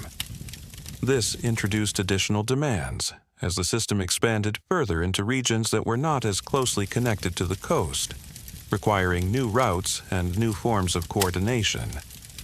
Over time, these routes became part of the broader network, linking interior regions to coastal ports and integrating extraction into the overall flow of movement. This integration allowed wealth to move continuously from its source to its destination, reinforcing the connection between different parts of the empire. Yet this increased flow also brought new challenges, because the system became more dependent on maintaining stability across a wider range of activities. Production, extraction, and transport all needed to remain coordinated, and disruptions in one area could affect the entire flow. At the same time, the growing importance of gold influenced how resources were allocated, as attention shifted toward maintaining and expanding access to these regions. This created a system that was both strengthened and strained. Strengthened by the increased flow of wealth, but strained by the need to support a more complex structure. Over time, the balance between these factors continued to evolve, shaping how the empire functioned at its peak. Because while wealth increased, so did the demands required to sustain it. And the system, while more valuable, also became more dependent on maintaining the connections that allowed that value to move. And as this peak phase continued, it began to reveal a new question, one that would shape what followed. Not whether the system could grow, but whether it could maintain its balance as conditions continued to change. As the flow of wealth increased, and as the system reached a phase where production, extraction, and movement were all operating together, another change began to take shape. Not through expansion, but through the way the system depended on what it had created. At its peak, the structure appeared strong, because goods moved consistently, wealth flowed across the Atlantic, and connections remained active across long distances. Yet beneath this appearance, the balance that supported the system began to shift, because as gold and other resources became more central, the structure started to rely more heavily on a narrower set of activities. This created a form of dependence, where the stability of the system became tied to the continued flow of specific resources rather than a broader range of activity. At first, this shift was not immediately visible, because the flow remained strong, and the system continued to operate with a rhythm that had been established over time. However, as attention focused more on maintaining this flow, other parts of the system began to receive less emphasis, creating an imbalance in how resources and effort were distributed. This imbalance did not disrupt the system instantly, but it influenced how it adapted to change, making it less flexible than it had been in earlier stages. Because when a system depends on a limited number of elements, its ability to respond to variation becomes more constrained. At the same time, the reliance on continuous movement remained, because even with increased wealth, the system still depended on ships traveling across the Atlantic to maintain its function. This meant that the same challenges of distance, weather, and coordination continued to apply, even as the scale of activity increased. In some cases, the increased flow of wealth placed additional pressure on the network, because more movement required more coordination, and more coordination increased the complexity of maintaining balance. This created a situation in which success itself contributed to strain, as the system expanded in value without a corresponding increase in simplicity. Over time, and this strain became more noticeable, not as a single disruption, but as a gradual change in how the system functioned. Delays became more significant, variations in activity became more pronounced, and maintaining consistency required more effort than before. At the same time, the broader environment continued to evolve, as other participants adapted to similar conditions, introducing new forms of activity into the same regions. This increased the level of interaction within the system, creating a more complex environment where movement was influenced by multiple factors. As a result, maintaining influence required greater attention, because it could no longer be assumed based on earlier advantages. Instead, it had to be sustained through continuous effort, adapting to conditions that were constantly changing. Within this environment, the earlier balance between different parts of the system continued to shift, as some areas became more central while others became less active. This unevenness affected how the network operated, creating differences in stability across its parts. Some connections remained strong, while others became more difficult to maintain, depending on how resources were allocated and how conditions evolved. Over time, this pattern of uneven activity began to influence the overall structure, making it more dependent on maintaining specific pathways rather than operating as a uniformly connected system. This dependence reduced flexibility, because changes in key areas could have a wider impact on the entire network. Yet, despite these shifts, the system did not collapse but continued to function, adapting to changes and maintaining activity across its core routes. This ability to continue, even under increasing pressure, reflected the strength of the structure that had been built over time. But it also revealed a deeper change, that the system was no longer expanding in the same way. It was maintaining, adjusting, and becoming more sensitive to the conditions that supported it. And as this dependence continued to shape the structure of the empire, it set the stage for a new phase, one in which external pressures would begin to interact with these internal changes, further influencing how the system would evolve. As the system continued to operate under increasing dependence on specific resources, and as the balance between its different parts became less even, another change began to take shape, one that affected not what the empire did, but how it moved over time. The pace began to slow, not suddenly, but gradually. At first, this shift was difficult to notice, because the system remained active, ships still traveled, goods continued to move, and connections across the Atlantic were maintained. Yet the rhythm that had once felt steady and continuous began to lose some of its consistency, as variations in timing and coordination became more frequent. This change was not caused by a single factor, but by the accumulation of pressures that had been building over time. Because as the system became more complex, it required more effort to maintain the same level of activity. Each journey depended on multiple conditions aligning, from weather patterns to resource availability. And when these conditions shifted, delays became more common. These delays did not stop movement entirely, but they affected the timing of the system, creating gaps between activity that had once been more predictable. Over time, these gaps influenced how different parts of the network interacted, as the flow of goods and information became less synchronized. In some cases, goods would arrive later than expected, affecting the next stage of movement, while in others, information would lag behind events, making coordination more difficult. This created a system that still functioned, but with less precision than before, requiring adjustments at each stage to maintain continuity. At the same time, the internal structure of the empire began to reflect this shift, as resources were directed toward maintaining existing connections rather than expanding into new areas. This change in focus reinforced the idea that the system had entered a phase of maintenance rather than growth. Because when maintaining stability becomes the primary objective, the ability to adapt to new opportunities can become more limited. This did not mean that change stopped, but that it occurred more slowly, shaped by the need to preserve what already existed.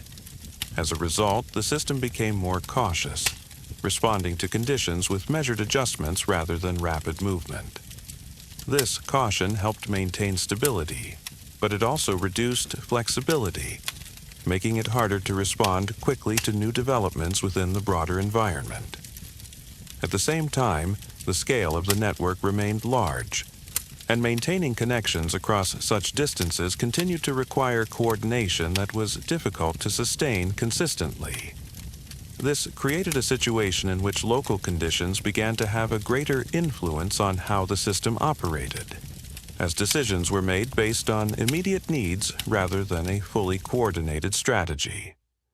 Over time, this increased the variation between different parts of the network, as some areas adapted more effectively than others, creating differences in activity and stability. These differences did not break the system, but they changed its character, making it less uniform and more dependent on how each part managed its own conditions. At the same time, the reliance on specific routes and resources continued to shape the system's overall direction, reinforcing patterns that had developed during earlier phases. This reinforcement created a form of inertia, where the system continued to operate along established pathways, even as conditions around it began to change. Because changing direction required coordination across multiple parts of the network, and such coordination became more difficult as the system grew more complex. As a result, the Empire remained active, but its ability to adjust quickly became more limited, and its movement began to reflect the weight of its own structure. The connections were still there, the routes were still used, but the ease with which they had once been maintained began to fade. And, as this slowing continued, it created the conditions for another shift, one that would not come from within the system itself, but from changes in the wider world that would begin to interact with these internal patterns in new ways. As the internal rhythm of the Empire began to slow, and as maintaining balance within its own system required increasing effort, the wider world did not remain still, but continued to evolve in ways that would gradually influence how the network functioned. New participants began to appear within the same regions where the system had once operated with fewer challenges. These participants did not arrive all at once, but entered gradually, bringing with them different approaches to navigation, trade, and organization. At first, their presence did not immediately disrupt existing patterns because the system remained active and its connections continued to function across distance. Yet, over time, their activity introduced variation into the environment, creating new pathways through which goods and information could move. This variation did not replace the existing network, but it interacted with it, forming a more complex structure in which multiple systems operated alongside each other. As a result, the movement of goods became less concentrated within a single framework, spreading across different routes depending on conditions, opportunity, and strategy. For the Empire, this meant that maintaining influence required more than sustaining its own connections, because movement was no longer defined by one system alone. Instead, it became necessary to respond to changes introduced by others, adapting to patterns that were not entirely controlled from within. This created a shift in how stability was maintained, because earlier advantages based on being first began to diminish as others learned to operate within the same environment. At the same time, these new participants often emphasized flexibility, using methods that allowed them to adjust quickly to changing conditions, rather than relying on fixed patterns of movement. This approach made it possible for them to operate across multiple routes, reducing dependence on any single pathway, and increasing their ability to adapt. As a result, the overall system became more dynamic, with movement influenced by a wider range of factors than before. For the Empire, this introduced a new form of pressure, one that did not come from a direct challenge, but from the gradual redistribution of activity across the network. Goods that had once moved along familiar routes now had alternative paths, and decisions about movement were shaped by conditions that extended beyond the original structure. This change did not immediately reduce activity, but it affected how consistently the system could maintain its position within the broader environment. Over time, this required adjustments, as attention shifted toward maintaining key routes and reinforcing connections that remained central to the network. Yet, even with these adjustments, the environment continued to evolve. and maintaining influence became more complex, requiring ongoing adaptation rather than relying on established patterns. At the same time, the internal slowing of the system made this adaptation more difficult because responding to change required flexibility that had already begun to decrease. This created a situation in which internal and external factors interacted, each influencing the other, shaping how the system functioned over time. As external activity increased, internal coordination needed to become more responsive. But as internal coordination slowed, responding to external change became more challenging. This interaction did not lead to immediate disruption, but it gradually altered the balance of the system, making it more sensitive to variation and less able to maintain its earlier consistency. Over time, this sensitivity influenced how different parts of the network operated, creating differences in activity that reflected both internal conditions and external pressures. Some routes remained active, while others became less central, depending on how movement shifted across the broader environment. This process did not occur at once, but developed gradually, as the system adapted to a world that was becoming more interconnected and more complex. Because once multiple systems operate within the same space, no single structure can define movement entirely. Instead, influence becomes shared, and maintaining position requires continuous adjustment. And as this shared environment continued to develop, it began to shape the next phase of the empire, one in which the balance between internal structure and external change would become increasingly difficult to sustain. As the wider environment became more active, and as multiple systems began to operate within the same regions, the balance that had once supported the empire's position began to shift, not through a single event, but through gradual changes in how movement was organized. At first, these changes appeared as variations in activity, as goods moved along different routes and as patterns of exchange adjusted to new conditions. Yet over time, these variations became more consistent, forming alternative pathways that operated alongside the existing network. This development did not remove the earlier system, but it reduced its central role, as movement became distributed across multiple structures rather than concentrated within one. For the empire, this meant that maintaining control over key routes became more difficult, because those routes were no longer the only options available. Merchants and participants within the system began to make choices based on efficiency, cost, and reliability, selecting pathways that best suited their needs rather than following established patterns alone. This shift in decision-making influenced how goods moved, gradually redirecting activity away from certain routes and toward others. At the same time, the presence of alternative systems introduced competition for influence, as different groups operated within the same environment, each shaping movement in their own way. This competition did not always take the form of direct conflict, but it influenced outcomes by creating options, and options changed how decisions were made. As a result, maintaining position required more than sustaining existing connections, because influence could no longer be assumed based on prior advantage.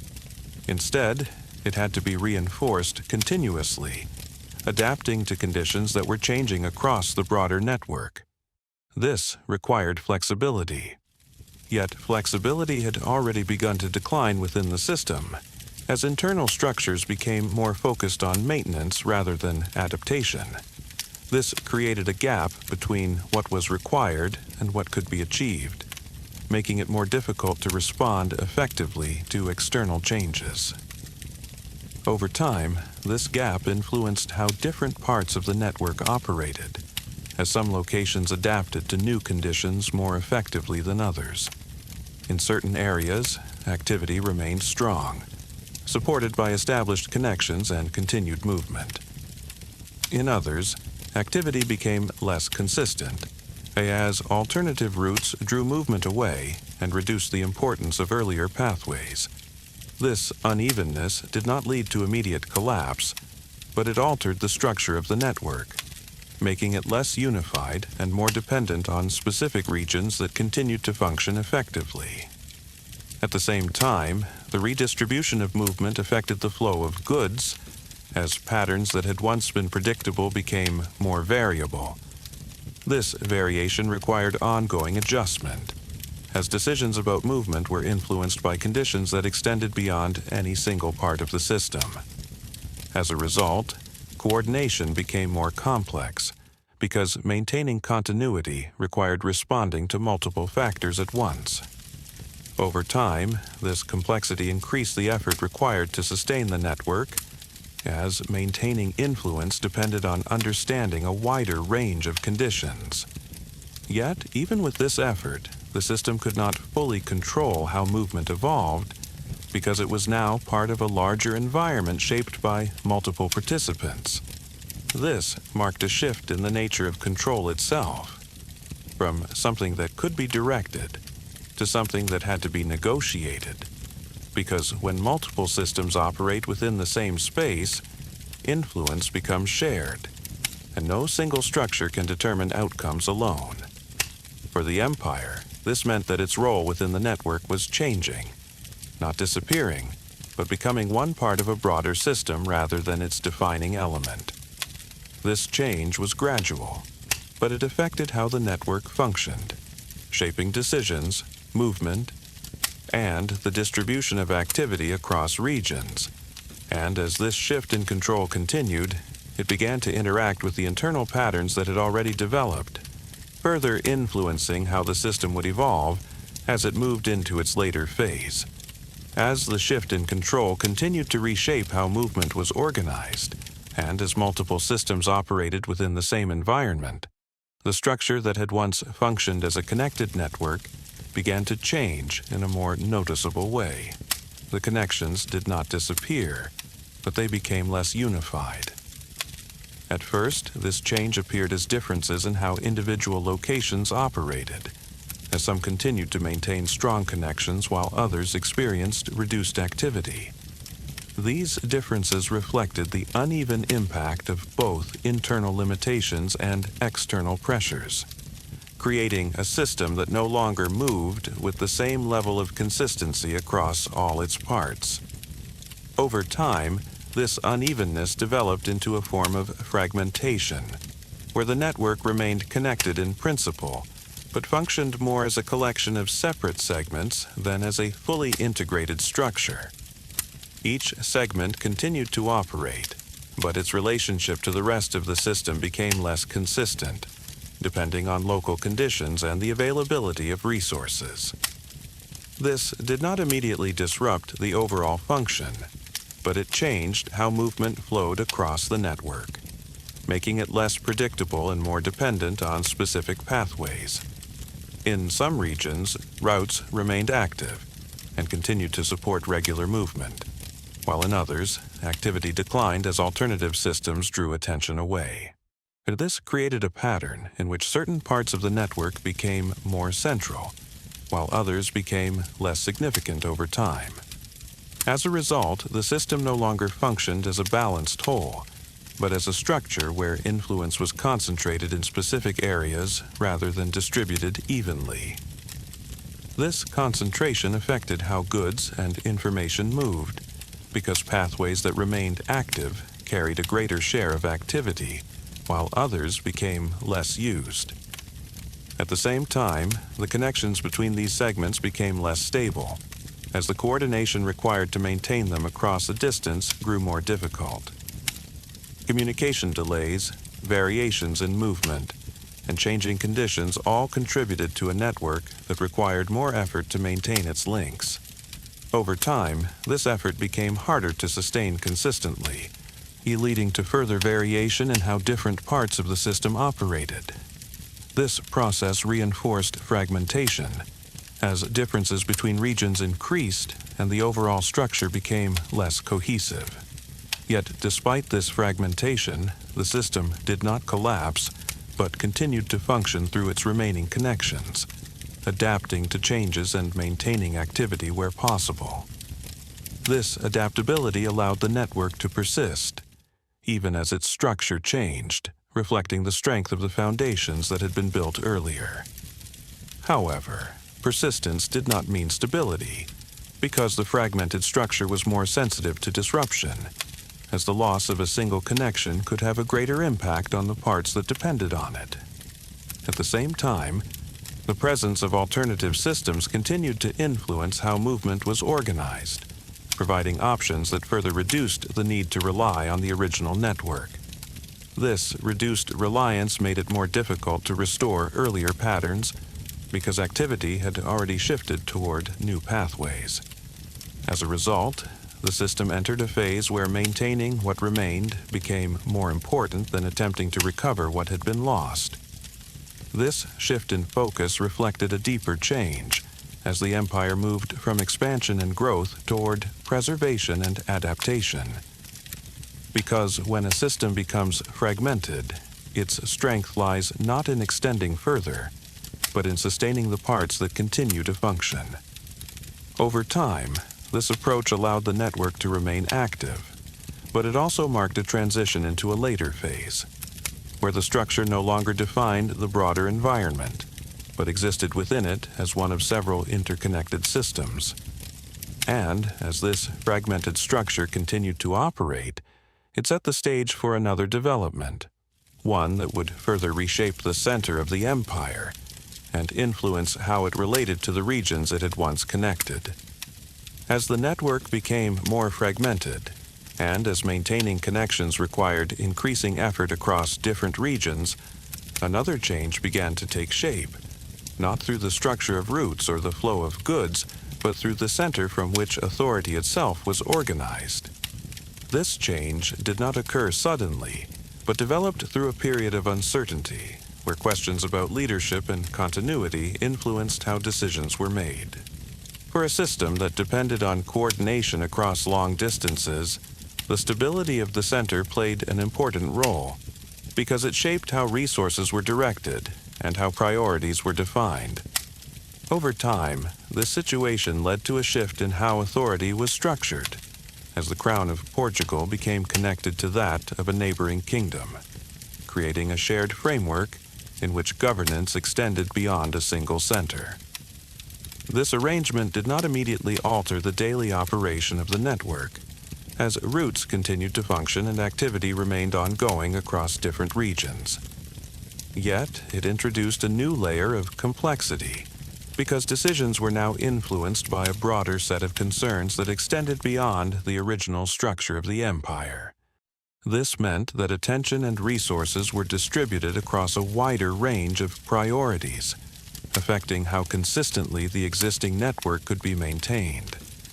At the same time, the system itself had already begun to experience internal variation and external pressure, making it more sensitive to changes in how authority was organized.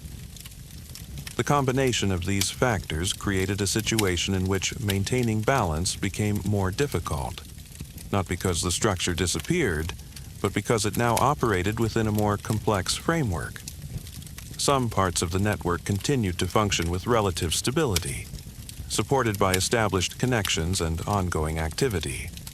Others became less consistent, as the distribution of resources and attention shifted in response to broader priorities. This variation reinforced the fragmentation that had already begun, creating a network that was connected, but increasingly uneven in how it operated. At the same time, the presence of other participants within the same regions continued to grow, interacting with this changing structure and influencing how movement was organized. This added another layer to the system, as internal adjustments and external developments combined to shape how the network evolved. Because when authority is shared across different frameworks, the ability to maintain consistent direction becomes more complex, requiring coordination that extends beyond the original structure. Over time, this influenced how decisions were made, as local conditions began to play a larger role in shaping outcomes, reducing the influence of centralized coordination. This did not eliminate the role of the center, but it changed how that role functioned. making it one part of a broader system rather than the single point from which all direction originated. As a result, the network continued to operate, but with increasing variation across its different parts, reflecting both the internal structure and the wider environment in which it existed. This variation did not lead to immediate disruption, but it altered the balance of the system, making it more dependent on how individual regions adapted to their own conditions. Over time, this dependence influenced how the empire functioned, as maintaining cohesion required managing differences that were becoming more pronounced. Yet, even with these challenges, the system remained active, continuing to connect regions and support movement across distance. Because the foundations that had been built earlier still provided a structure through which activity could continue, even as conditions changed. However, the nature of that activity was no longer the same. It had shifted from expansion to adjustment, from direction to coordination, and from a single center to a more distributed form of authority. And as this shift continued to shape the structure of the empire, it set the stage for another transformation, one that would bring the impact of external forces more directly into the center itself, further influencing how the system would evolve in its final phase. As the structure of authority became more distributed, and as the network continued to operate within an environment shaped by both internal change and external influence, another development began to move closer to the center itself. This time, the shift would not remain within distant regions. It would affect the place from which the system had originally been directed. By the early 19th century, conditions across Europe had become increasingly unstable, as changing alliances and expanding ambitions created an environment where stability could no longer be assumed in the same way. For Portugal, this created a situation that extended beyond distant routes and networks, bringing external pressure closer to the center of governance itself. Because when the environment around the center begins to shift, the structure that depends on it must also respond. And faced with these conditions, a decision was made that reflected both urgency and adaptation. Rather than remain in place and risk disruption to the continuity of governance, the royal court prepared to relocate across the Atlantic. This movement did not simply represent travel. It represented a redefinition of where the center of the empire existed. When the court departed and established itself in Brazil, the structure of authority moved with it, transferring the point from which decisions were made from Europe to South America. This change did not immediately alter the entire system, as routes continued to function and connections remained active. Yet it carried a deeper significance, because for the first time, the center was no longer fixed in its original location. It had moved, and movement changes perception. Brazil, which had once been part of the system as a region of production, now became the location from which governance was exercised. This shift influenced how the region developed, as institutions, administration, and activity expanded to support its new role. At the same time, Portugal itself entered a different phase, shaped by the absence of the court and the redistribution of authority across distance. This created a new balance, one in which the relationship between the two regions became more complex, influenced by the experience of relocation and the structures that formed during this period. Over time, this experience altered expectations, because once authority has been exercised from multiple locations, it becomes more difficult to return to a single, a fixed center in the same way as before. And this is where a quiet lesson begins to appear, not as a statement, but as a pattern, that systems built on movement eventually become shaped by movement.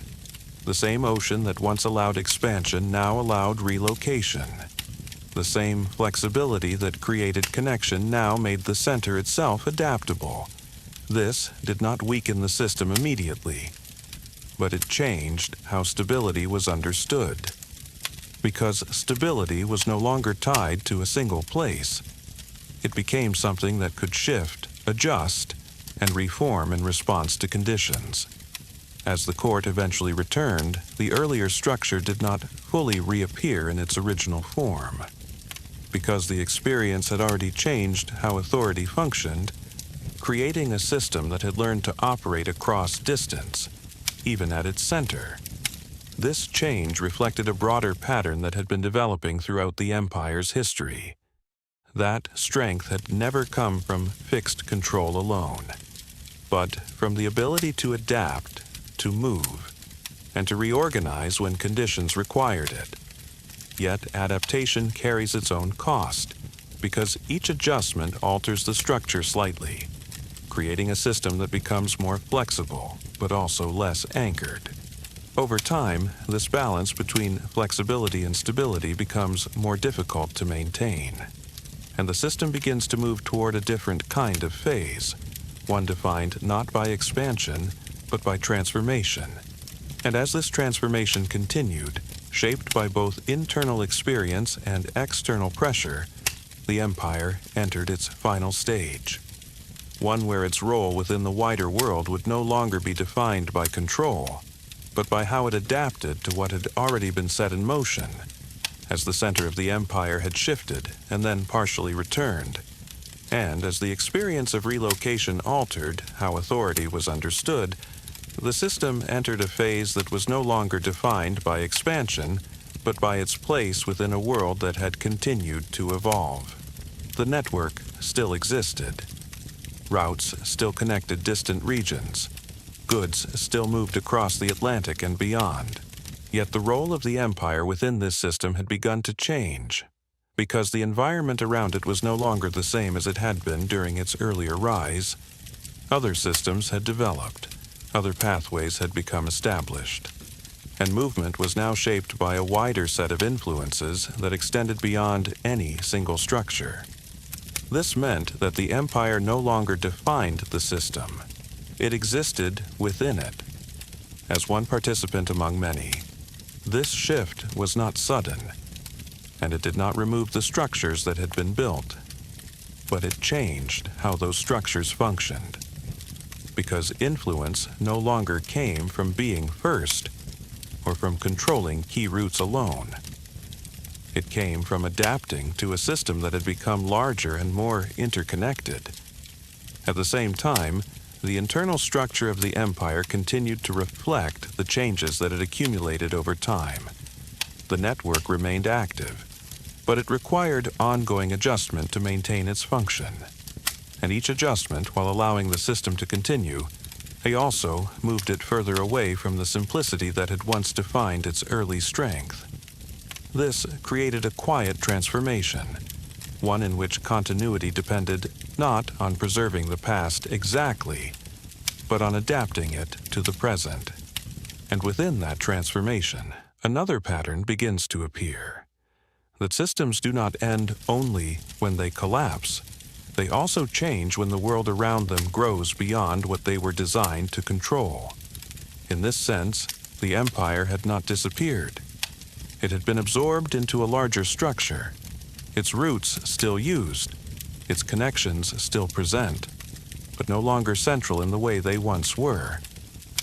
This shift can be difficult to notice, because activity continues, movement continues, and from a distance the system still appears to function. Yet the meaning of that function has changed, from defining the flow to participating in it. And this change carries a quiet lesson, not as a conclusion, but as an observation that follows naturally from what is unfolded. That influence is not something that remains fixed. It moves, it spreads, and over time it becomes part of a system that extends beyond its original boundaries. For the Empire, this meant that what it had created did not disappear. It continued, but in a form that was no longer entirely its own. The ocean routes remained, the connections remained, but they now belonged to a broader pattern of movement that included many others. This transformation did not require a dramatic ending, because it had already occurred gradually, through adaptation, through change. and through the accumulation of shifts that altered how the system functioned over time. As a result, the empire entered a phase where maintaining identity became more complex, because its structures were now part of something larger than itself. And within this phase, the focus was no longer on extending further, but on existing within a system that continued to evolve beyond its original form. And as this process continued, the final stage began to emerge, not as a sudden collapse, but as a quiet settling, where what remained would be less about control and more about legacy. As the empire moved further into its final phase, and as its role within the wider system continued to shift, another realization began to take shape, one that did not focus on what had been lost, but on what remained in a different form. Because even as control became less defined, the structures that had been created did not disappear. They continued to exist, but they functioned differently.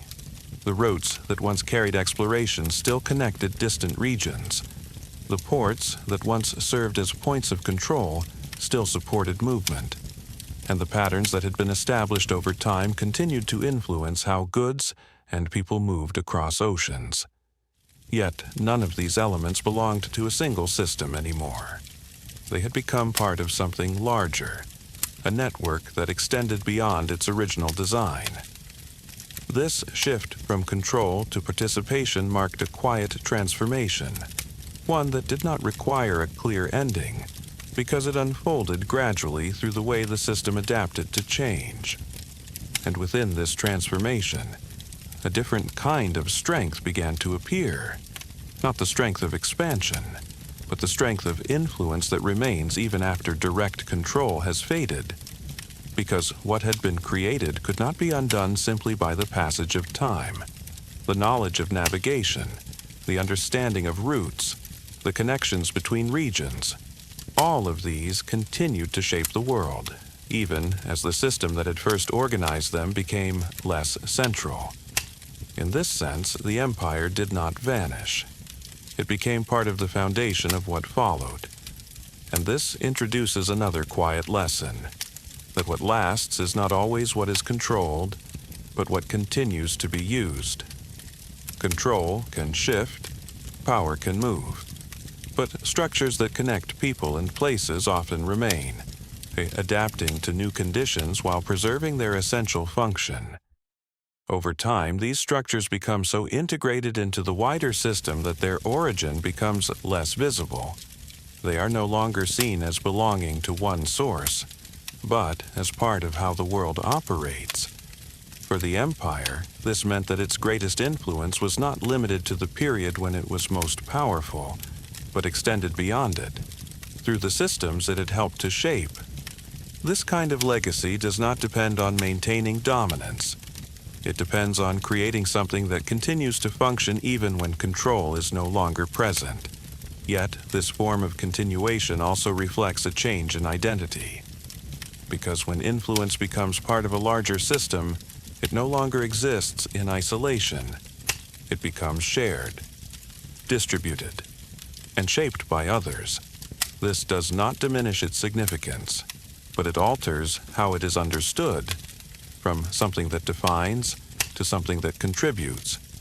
And within this shift, another pattern becomes visible, that systems built on connection often outlast the structures that created them, because connection can be adapted, reused, and extended beyond its original purpose. As a result, the empire entered a stage where its presence remained, but in a form that was less visible and more integrated into the wider flow of activity. The ocean routes still carried movement.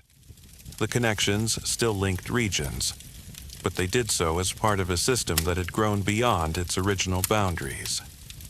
And as this quiet transformation continued, the story moved closer to its final point, not as an ending defined by disappearance, but as a moment where movement itself began to slow, allowing what remained to settle into a lasting pattern.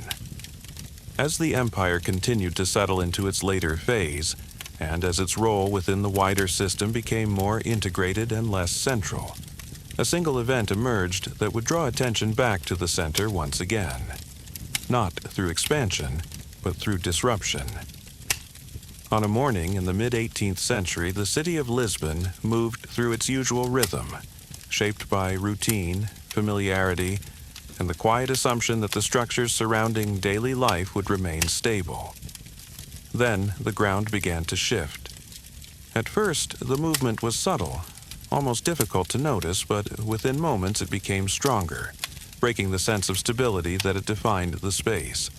Buildings that had stood for generations began to fracture, and as the motion continued, the city itself changed in ways that could not be easily reversed. As the movement slowed, another change followed, as the water along the shoreline moved in an unexpected pattern, revealing space where there had once been depth. Soon after, it returned, extending the impact beyond what had already been altered, and in the aftermath, fires began to spread, moving through areas that had been weakened, continuing the process of change that had begun beneath the ground. This sequence of events unfolded over a short period of time, yet its effects extended far beyond that moment, reshaping not only the physical structure of the city, but how stability itself was understood. For the empire, this event carried a significance that reached beyond the immediate impact, because it affected the center at a time when the system was already adapting to change. The structures that had supported governance, coordination, and identity were altered, requiring response and adjustment under conditions that had not been anticipated. In the period that followed, efforts focused on restoring order, rebuilding what had been lost, and reorganizing the space in a way that reflected both necessity and learning. Streets were redesigned, buildings were reconstructed, and the city began to take on a new form, one shaped by the experience of disruption. Yet within this process, another pattern becomes visible, that even the most established structures can change suddenly, while systems built over time often shift gradually. This contrast does not create opposition, but reveals something about how stability is experienced, that it is not only defined by continuity, but also by how systems respond when continuity is interrupted. For the empire, this moment did not end its existence, but it reinforced a transition that had already begun, from a system defined by control to one shaped by adaptation, because rebuilding required adjustment, and adjustment continued the pattern that had been forming over time. The city returned, but not as it had been before, and in that difference a quiet lesson appears. That change does not always arrive slowly, but even when it arrives suddenly, it becomes part of a longer process, one that had already been unfolding.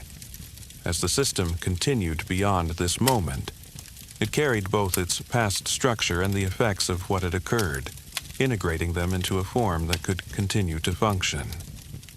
Yet the meaning of that function had shifted further, becoming less about maintaining what once was, and more about adapting to what now existed. And as this transformation continued, the final stage moved closer, not through another sudden event, but through the gradual settling of a system that had reached the end of its original form. As the effects of earlier changes continued to shape the structure of the empire, and as the center had already experienced both relocation and disruption, another shift began to emerge, one that would bring together many of the patterns that had developed over time. By the early 19th century, the wider European environment had entered a period of instability, where movement, influence, and control were no longer fixed in the same way as before. For Portugal, this created a situation in which external conditions once again reached the center, requiring response and adaptation beyond what had previously been experienced. The earlier relocation of the court to Brazil had already introduced the idea that the center of the empire could move. That authority was not tied to a single place, and that governance could operate across distance. Now, this idea took on a different meaning, because it was no longer only a response to immediate conditions. It had become part of how the system understood itself.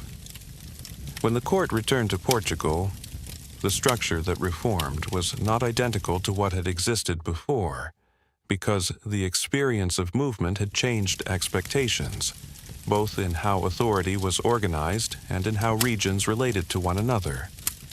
Brazil, which had once been a distant part of the system, had already functioned as a center, and this experience influenced how its role continued to develop. Over time, the relationship between Portugal and Brazil evolved, shaped by the period in which governance had been exercised across the Atlantic. This change did not occur suddenly, but it became more defined as the system adjusted to what had already taken place. Because once authority has been distributed, it does not return in exactly the same form. This moment represents something more than a political adjustment. It reflects a deeper transformation, that the structure of the empire had been reshaped by its own history. The routes that once connected distant regions had made relocation possible.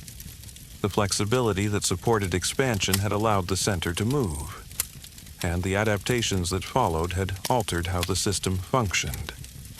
In this way, the later phase of the empire was not separate from its earlier development. It was a continuation of it, a result of the same patterns that had once driven its growth. And here, another quiet lesson appears, that the processes that create expansion often also create transformation, because systems built on movement eventually become shaped by movement. They adapt, they shift, and over time they move beyond their original form. For the empire, this meant that its final phase was not defined by a single ending, but by a series of adjustments that gradually changed how it existed within the wider world. The connections remained, the influence remained, but they operated within a system that had grown beyond its original structure.